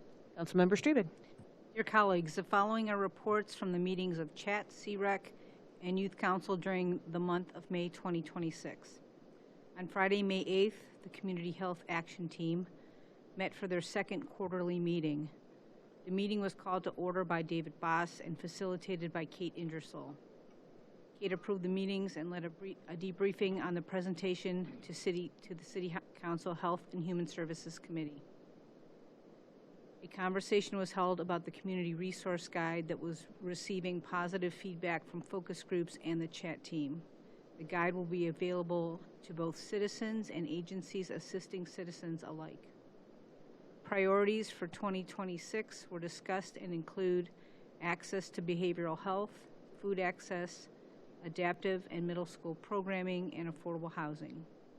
The emerging issues of early learning center and LGBTQ+ resources and support for youth programming were also recognized. The Lakewood Community Recreation and Education Commission met on May 19th at the Taft Center for Innovation. The meeting was called to order and minutes were approved by President Bill Fraunfelder. Leslie Faber, Coordinator of Community Recreation and Education, reported that spring and summer programs were beginning and youth baseball had over 1,000 registrations. Beck Pool is scheduled to open on June 2nd and Foster's on June 9th. Field maintenance is going well and the weather has been cooperating so far this season, knock on wood. Sports camps are open and registration in adult softball and kickball is starting. Pool rentals filled up in less than 1 minute, and 300 seasonal staff are on board for the summer. New mirrors, bands, and cords are being ordered for the fitness facility. Kids Connection Camp has 100 Lakewood residents participating, and Safety Town and Camp Can Do are starting. A heartfelt thank you to Lakewood residents for passing issue 2 was shared. The Lakewood Youth Council met on Thursday, May 28th in the auditorium at City Hall. The meeting was called to order and minutes passed by Mel Diemert.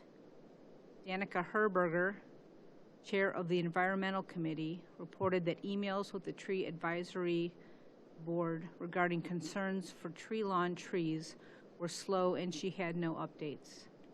Era Lulo, Chair of the Mental Health Committee, reported that a mental health survey was being sent to Mrs. Chodson and will go to Kevin Weiner for posting on city social media. Sean Miller, Chair of the Advocacy Committee, thanked the group for the school levy endorsement. Elections for this group will happen soon. With 5 graduating seniors and the resignation of 1 member, there are lots of opportunities to get involved. Thank you. Thank you. First move to receive and file that communication. Second. Motion's been made and seconded. Discussion? Hearing none. All those in favor? Aye. And that motion passes.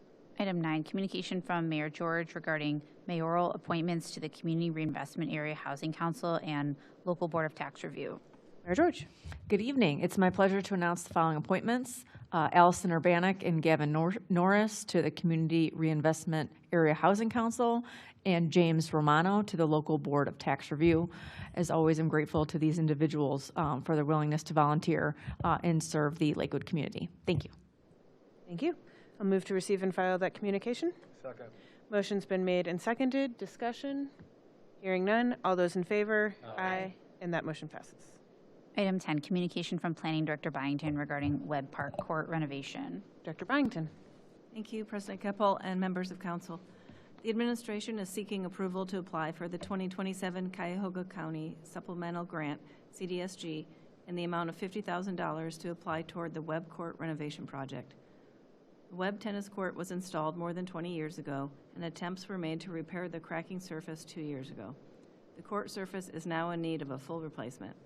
The project includes removal of the existing court and installation of a new court, which would be striped for tennis and pickleball, and installation of new fencing. The city has used CDSG funds to help pay for renovations of other courts in previous years, including the pickleball courts at Lakewood Park and the tennis court at Myrtle Bunce. The estimated cost for the replacement of the court and fencing at Webb is $152,000. This project is listed in the capital plan for 2027 construction. A public meeting was held at the courts on Thursday, June 11th of 2026, and the application deadline is July 13th. Thank you. Thank you. I will move to receive and file this communication. Second. Motion's been made and seconded. Discussion? Hearing none. All those in favor? Aye. And that motion passes. Item 11, Resolution 2026-36, a resolution to take effect immediately authorizing the mayor or the director of planning and development to apply to the Cuyahoga County Community Development Supplemental Grant Program for a $50,000 grant to be used for the improvements to the Webb Park Tennis Court located at 1301 Webb Road by replacing the existing tennis court with a new court striped for both tennis and pickleball along with new fencing. Move to adopt. Second. Motion's been made and seconded. Discussion? Vice President Baker first. Thank you, and thank you to the administration. I think there's no doubt that the courts are old, and I know we tried to resurface them a couple years ago. The question I have is what kind of community input do we get to determine that pickleball and tennis was what we should put there? Thank you, President Keppel. So I know that at the public meeting that was held on Thursday, that there was support for both of those. I'm not sure if there was a study done prior to that. I'm not sure if Director Gordon or anybody else was aware of that, but there was the two uses were well received at the public meeting. President Baker. Yeah, because I follow all the parks in Ward 1 pretty closely, and I know that this one was in need of an update, but I'm not really familiar with any plans we have for Webb Park or planning process that's been in place. And I know, and this isn't, Director Vargo and I go back a lot, back and forth on the charter. The charter does talk about how Planning Commission should review. There's verb tenses that relates to parks, but I guess I support improvement and using outside funds to help do it, but I'm a little concerned about, and it might be the right answer, it might be tennis and pickleball, but I think a planning process, would be better, and perhaps it's a good conversation about planning for all of our parks that aren't Madison or Lakewood, because there are lots of other parks, and I'm not aware of any master planning process we've had for those parks. So I don't necessarily want to I don't want to stop our ability to seek outside funding, but I'm a little miffed that, we didn't have much more warning about this. I understand it was in the 2027 capital plan, but we do have Planning Commission to help with these things. Whether it's required or not is a different story, but it may be something that would be helpful. So that's I'm not going to hold up this resolution or not support it, but I do think that we should be more thoughtful about it in the future. Thank you. Councilman Bullock? Thanks, Madam President. So, Director Byington, thanks for the background. I attempted but was unsuccessful at joining that public meeting. Can we get a copy of the plan that is envisioned, whatever exists and whatever the background is, that we can just review afterwards? Thank you, through President Keppel. Yes, I'll forward you all the information that we have. And we actually were having an internal discussion in regard to park planning in general. And my understanding, there was some years ago, there was a park planning process, and there is a master plan out there. It needs to be updated, so we've been looking into possibly looking for funds in the future to update that plan.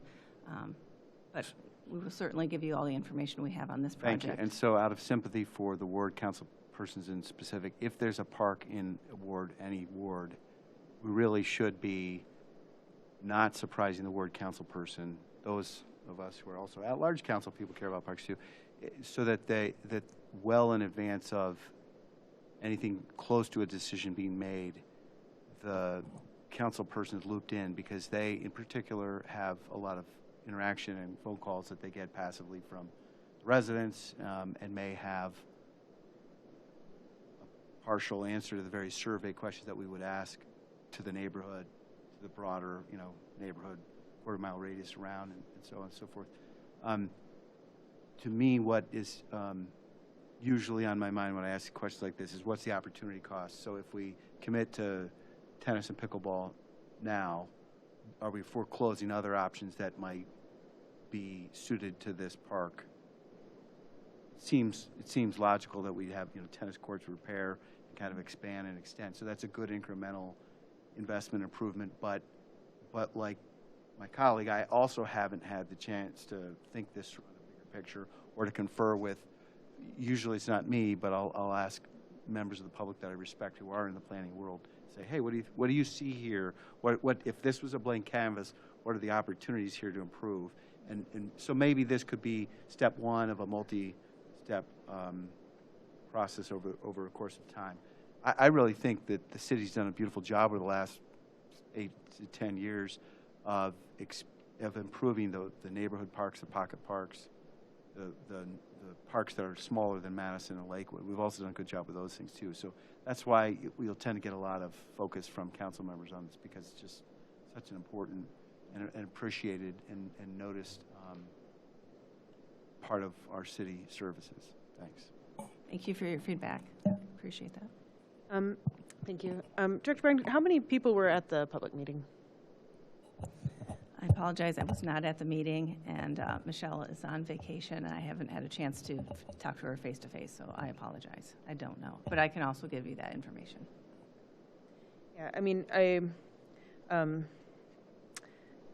appreciate the opportunity to get outside funding, and I don't want to hold that up, and we don't want to have things in our parks that aren't well maintained. So, but as we've had conversations about other sports that community members are interested in, or things that we may not even be aware of because we haven't put it to them, I think it would be a good idea to revisit our park planning process, particularly for these smaller parks. We have master plans, like we said, for Madison and Lakewood Park, but Lakewood Parks is quite old, so it's also probably time to look at that as well, so that we don't have incremental surprises and things put in that we have to then spend money to undo or impede other opportunities. So I think it's a good discussion to have, and we'll look forward to continuing to have that conversation with planning. But I also want to make sure that we're don't lose potential outside funding to maintain what is there while we work on that process. All right, other Vice President Baker. Yeah, and one last thing, because the notice of the meeting came out, and I was out of town and I couldn't attend, and so it's also a bad look for a ward council person to not be able to attend a public meeting in their ward. I'm aware of this funding source. It's typically due the same time every year. We know the general amount we're going for, so I would ask, as a courtesy, the administration would try to at least let the ward council person or council know before it shows up on the docket, because it does put us in a position where, we don't want to be irresponsible with outside funds, but, I'm still not sure that this is the right answer. It could be, but I don't know. But I'm not going to hold it up. Thank you. Any further discussion? Hearing none, on the motion to adopt Resolution 2026-36, all those in favor? Aye. And that motion passes. Item 12, communication from Assistant Director Boss regarding zoning refresh project update. Director Barrington. President Keppel and members of council. Last month, the city's zoning refresh project moved through the final preliminary draft milestone with the completion of chapters that define the refreshed procedures and definitions. These procedures and definitions were informed by work to date across all previous chapters in partnership with our project consultant team at House O. Levine. Prior to this update, preliminary drafts of the following 4 documents were reviewed by both the city administration as well as the Zoning Policy Advisory Committee, the ZPAC. The sections are 1101, general provisions, 1108, nonconformities, 1109, decision-making procedures and enforcement, and 1110, definitions. The intent of this communication is to provide this final group of preliminary drafts to all members of council with an opportunity for more detailed discussion in committee as our team looks to shift towards preparation of all chapters for final review by both Planning Commission and council, and the subsequent drafting of legislation to enact the refreshed zoning code.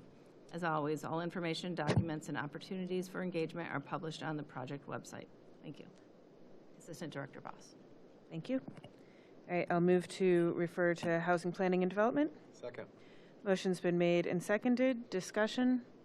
Just want to acknowledge hard work of Assistant Director Boss on this very important process, as well as the whole planning team, but has really led us through a good process in ZPAC with us. So appreciate him and the members of ZPAC. Any further discussion on the motion to refer to Housing Planning and Development? Hearing none. All those in favor? Aye. And that motion passes. Item 13, communication from Fire Chief, Neighborhood Paramedic Program Update. Chief Fairbanks. Good evening. President Keppel and members of City Council, the Lakewood Fire Department respectfully requests an audience with Lakewood City Council to present an annual update regarding the Neighborhood Paramedic Program. Firefighter Paramedic Oliver Harper will be presenting data on program usage, progress, current initiatives, and potential needs of the program moving forward. Please refer this request to the appropriate committee of council's choosing and coordinate with my office to ensure Firefighter Medic Harper's availability. Thank you. Move to refer to Public Safety. Second. Motion's been made and seconded. Discussion? Hearing none. All those in favor? Aye. And that motion passes. Item 14, liquor permit regarding QAJ Enterprise LLC at 14,000 Detroit Avenue. Director Varga, we don't have this one yet, do we? We do not, Madam President. We're really at the mercy of the Department of Liquor Control, and we wait for these things, and they're just not there yet. Okay. Thank you. Thanks. Yeah, go ahead, Chief. Thank you, President Keppel. We did reach out. I actually reached out to Lieutenant Doiker, Special Operations. His crew has heard back nothing. Okay. Thank you. I know we had some issues with another one of it kind of getting shuffled back and forth, so we'll get it when we get it, I guess. All right. So I'll move to defer. Second. Motion's been made and seconded. Any discussion? Hearing none. All those in favor? Aye. And that motion passes. And that brings us to public comment. We have one person signed in to speak. Welcome back. Mr. Artino, come on up. Oh, yeah, and we do have an e-comment also, which will be included in the record. Go ahead and push the button so it turns green, and you have up to 5 minutes. I'll push it so it turns. There you go. Just positioning.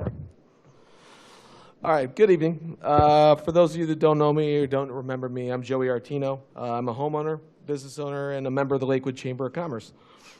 I spoke recently about living next to an unregulated short-term rental over on Delaware Avenue last month. Lots happened since then. None of it really makes the case for an action. Since my last appearance, 2 more Lakewood residents have come forward with documented incidents. I had a Facebook post on the Lakewood page, but these 2 kind of stuck out. A guy named Matthew Kobiak shared police reports from May and June of last year for an Airbnb on Elmwood. Some of the highlights, lowlights, however you want to look at it. A juvenile girl was reported being grabbed and threatened by a man who prevented her from leaving. The suspect assaulted a responding officer. The next night, police returned for another all-juveniles party. Apparently there's been a bunch there. After a gathering on the same property, officers recovered a stolen assault rifle near Grant Elementary. Cranford Avenue, Ken Blaze reported that on July 11th of last year, there was a party with around 150 kids that required what he remembered as 8 Lakewood police cars to respond, and officers were chasing kids down the street. 8 cars, a stolen rifle, assault on a minor, assaulting an officer. This is the same pattern: unregulated short-term rentals, absentee owners, no accountability, playing out all across Lakewood, block by block. Cleveland just acted. Last month, Cleveland passed strict short-term rental regulation. just to think about that for a second. Cleveland's a city that Lakewood residents move to, or move away from. You see what I'm saying here. We moved to Lakewood to get away from Cleveland. A lot of us have. Cleveland's next door, and we're a city that's better in almost every measurable quality of life standard. Cleveland looks at this problem, looked at all the evidence, and they acted decisively. 11-1, they acted. The only person that voted against it owned an Airbnb. Just trying to figure out what we're doing here. We're supposed to be Cleveland's Cambridge. Speaking of Cambridge, I had a short stay in Cambridge. I was doing a shoot up there. They have a short-term rental regulation. You can't operate an Airbnb for under 28 days unless you live in it, and you must officially register with the city. If you violate those terms, you can lose a permit, and you get charged a couple $1,000s for every listing without the permits. Permits, penalties, we have a problem here. The penalties for nuisance rental owners amount to nothing more than the cost of doing business. A few hundred here, a few hundred there, a summons that might go to court a few years down the road, kick the can. Meanwhile, the community suffers. This council needs to ask what dollar amount actually changes behavior versus what amount simply gets absorbed as overhead by an owner collecting thousands a month. If the penalty is cheaper than compliance, nothing changes. We've seen that. Recently, Housing Department is publicly acknowledging that landlords are operating illegal rentals without licenses. And the consequence is a politely worded orange sticker on the door asking them to please call. Please call. No, there's no fine, there's no deadline, there's no teeth. There's no results. There won't be. Nothing's going to happen. My proposal, tonight I'm asking this council to finish the short-term rental ordinance that you began drafting almost a year ago. First, owner occupancy should be required. If you want to operate a short-term rental in Lakewood, you should live there. Shaker Heights did it. Chicago did it. A lot of places did it. Second, no short-term rentals within 1,500 feet of a school. Those places that I mentioned over on Elmwood, Cranford, my house on Delaware Avenue, these are all places. The one over on Elmwood's 500 feet from a school where they found that assault rifle. Just seems like it makes sense. It's an easy thing. Doesn't cost us any money. Third, a 3 strikes provision tied to the rental permit itself. 3 documented nuisance violations, verified police calls, citations, incidents, whatever. The permit's revoked. Not fine, revoked. That's the only penalty. It's simply that, not the cost of doing business. Sorry, I lost my words there. This ordinance should be written to protect the community first, not the landlords. That's the bottom line. It's that easy. The only people who lose when this passes are the ones who were never Lakewood residents to begin with. Thank you. I'm sorry, you hit the time. I apologize. I got one more thing to say. All right, I'll let you finish your sentence. And then, yep. If I were to come to the Board of Zoning and ask to open a Motel 6 on my street, I would get laughed out of the room. How is this any different? That's it. Thank you. Thank you, and I appreciate your advocacy on this issue. I just wanted to, we touched on it earlier, but we talked a lot tonight, so you may, but that when we are working on our council priorities, this is one of them. So the short-term rental, we can only have 3 council members working on legislation at any given time for sunshine laws. So we do have 3 council members identified with that, and then you know, as Mayor George alluded to, of working with the various departments. So working with law, with the police, on the building department, on working with this. So I imagine that those 3, I won't speak for them, and actually maybe I'll give any of them an opportunity to speak here on this about next steps, but I would imagine that they will be working on that because that is identified as a main council priority. Councilman Bullock, did you want to speak? Yeah, thanks, Madam President, and also thanks to Mr. Artino. A couple points. So first, and this is also, as something's wrong with my mic, as the council presidents alluded,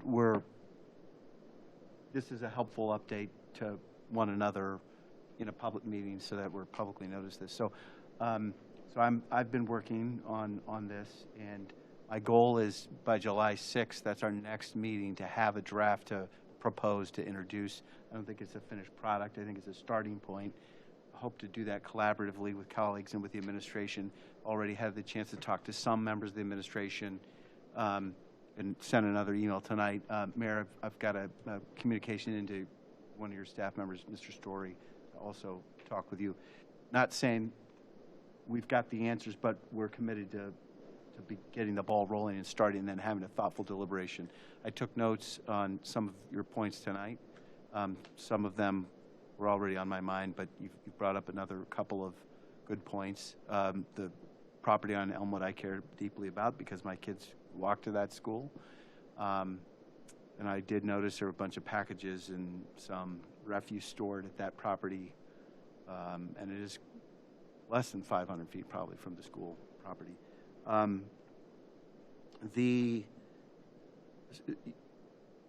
know that we're also seeking to have something that's just not on paper, but is feasible to be enforced with not an unrealistic amount of expanded city staff or something like that. The point you're making about what's the remedy or the penalty, if there's a condition that needs to be abated, what's the city's plan for accountability? Because as I'm thinking this through, the building code is not really designed to compel anything other than compliance. So if the porch is not in repair, you get notices until eventually your porch is in compliance. So the building code plays a role, but may not be the only role. So there's things to think about like that, while also respecting the various departments. So more to come. Full steam ahead may not be as quick as you're hoping for or envisioning, but I think we can commit to getting well on our way prior to August. I do want to note, I had the chance to talk to Mr. Artino in his neighborhood. I met his neighbor, who's one of the Airbnb owners. He very cordially and politely attempted to communicate with him. He happened to be in from out of state doing various maintenance things, and the gentleman would not engage or respond at all. So it's not necessarily an indicator of lack of success, but how do we navigate this if there's a property owner who says, I don't care, I'm just going to do what the rules allow, and I'm here occasionally but not all the time. I think we have to position the city to time effectively, time efficiently be able to address that circumstance as well.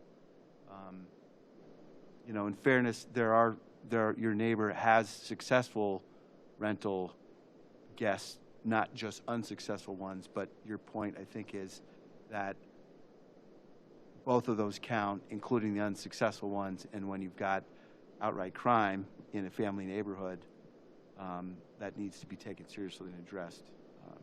So that's a partial update from me. Thank you. Thank you. I would suggest, if it hasn't already happened,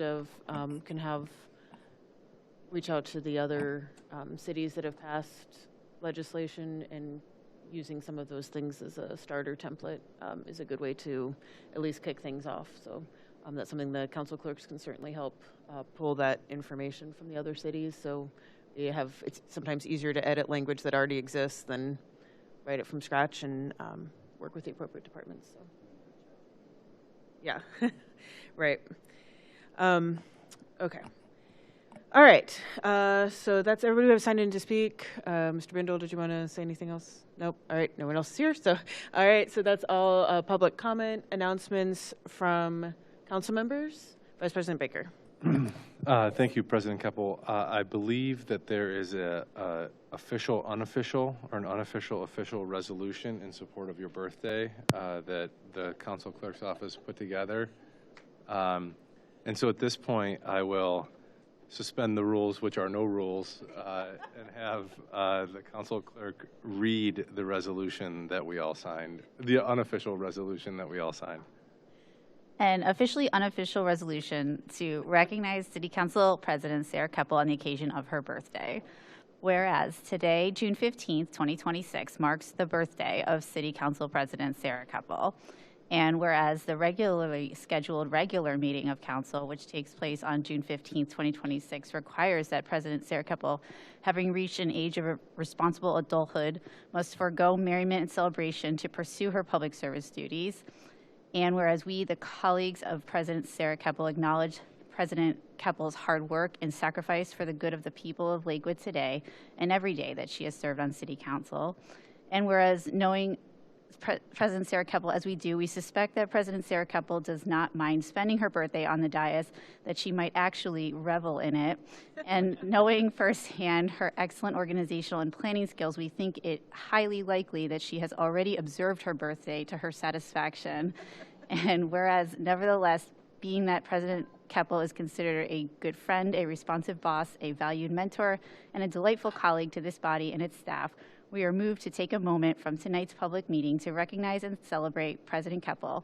Now, therefore, be it resolved by Lakewood City Council that this council wishes President Sarah Keppel a very happy birthday and would like to recognize the talent, commitment, project management skills, and emotional intelligence that President Sarah Keppel brings to her role and as council president, which are of great benefit to the people of Lakewood. And Section 2, this resolution is purely ceremonial in nature and was not officially introduced on an agenda, voted on, or assigned a legislation number.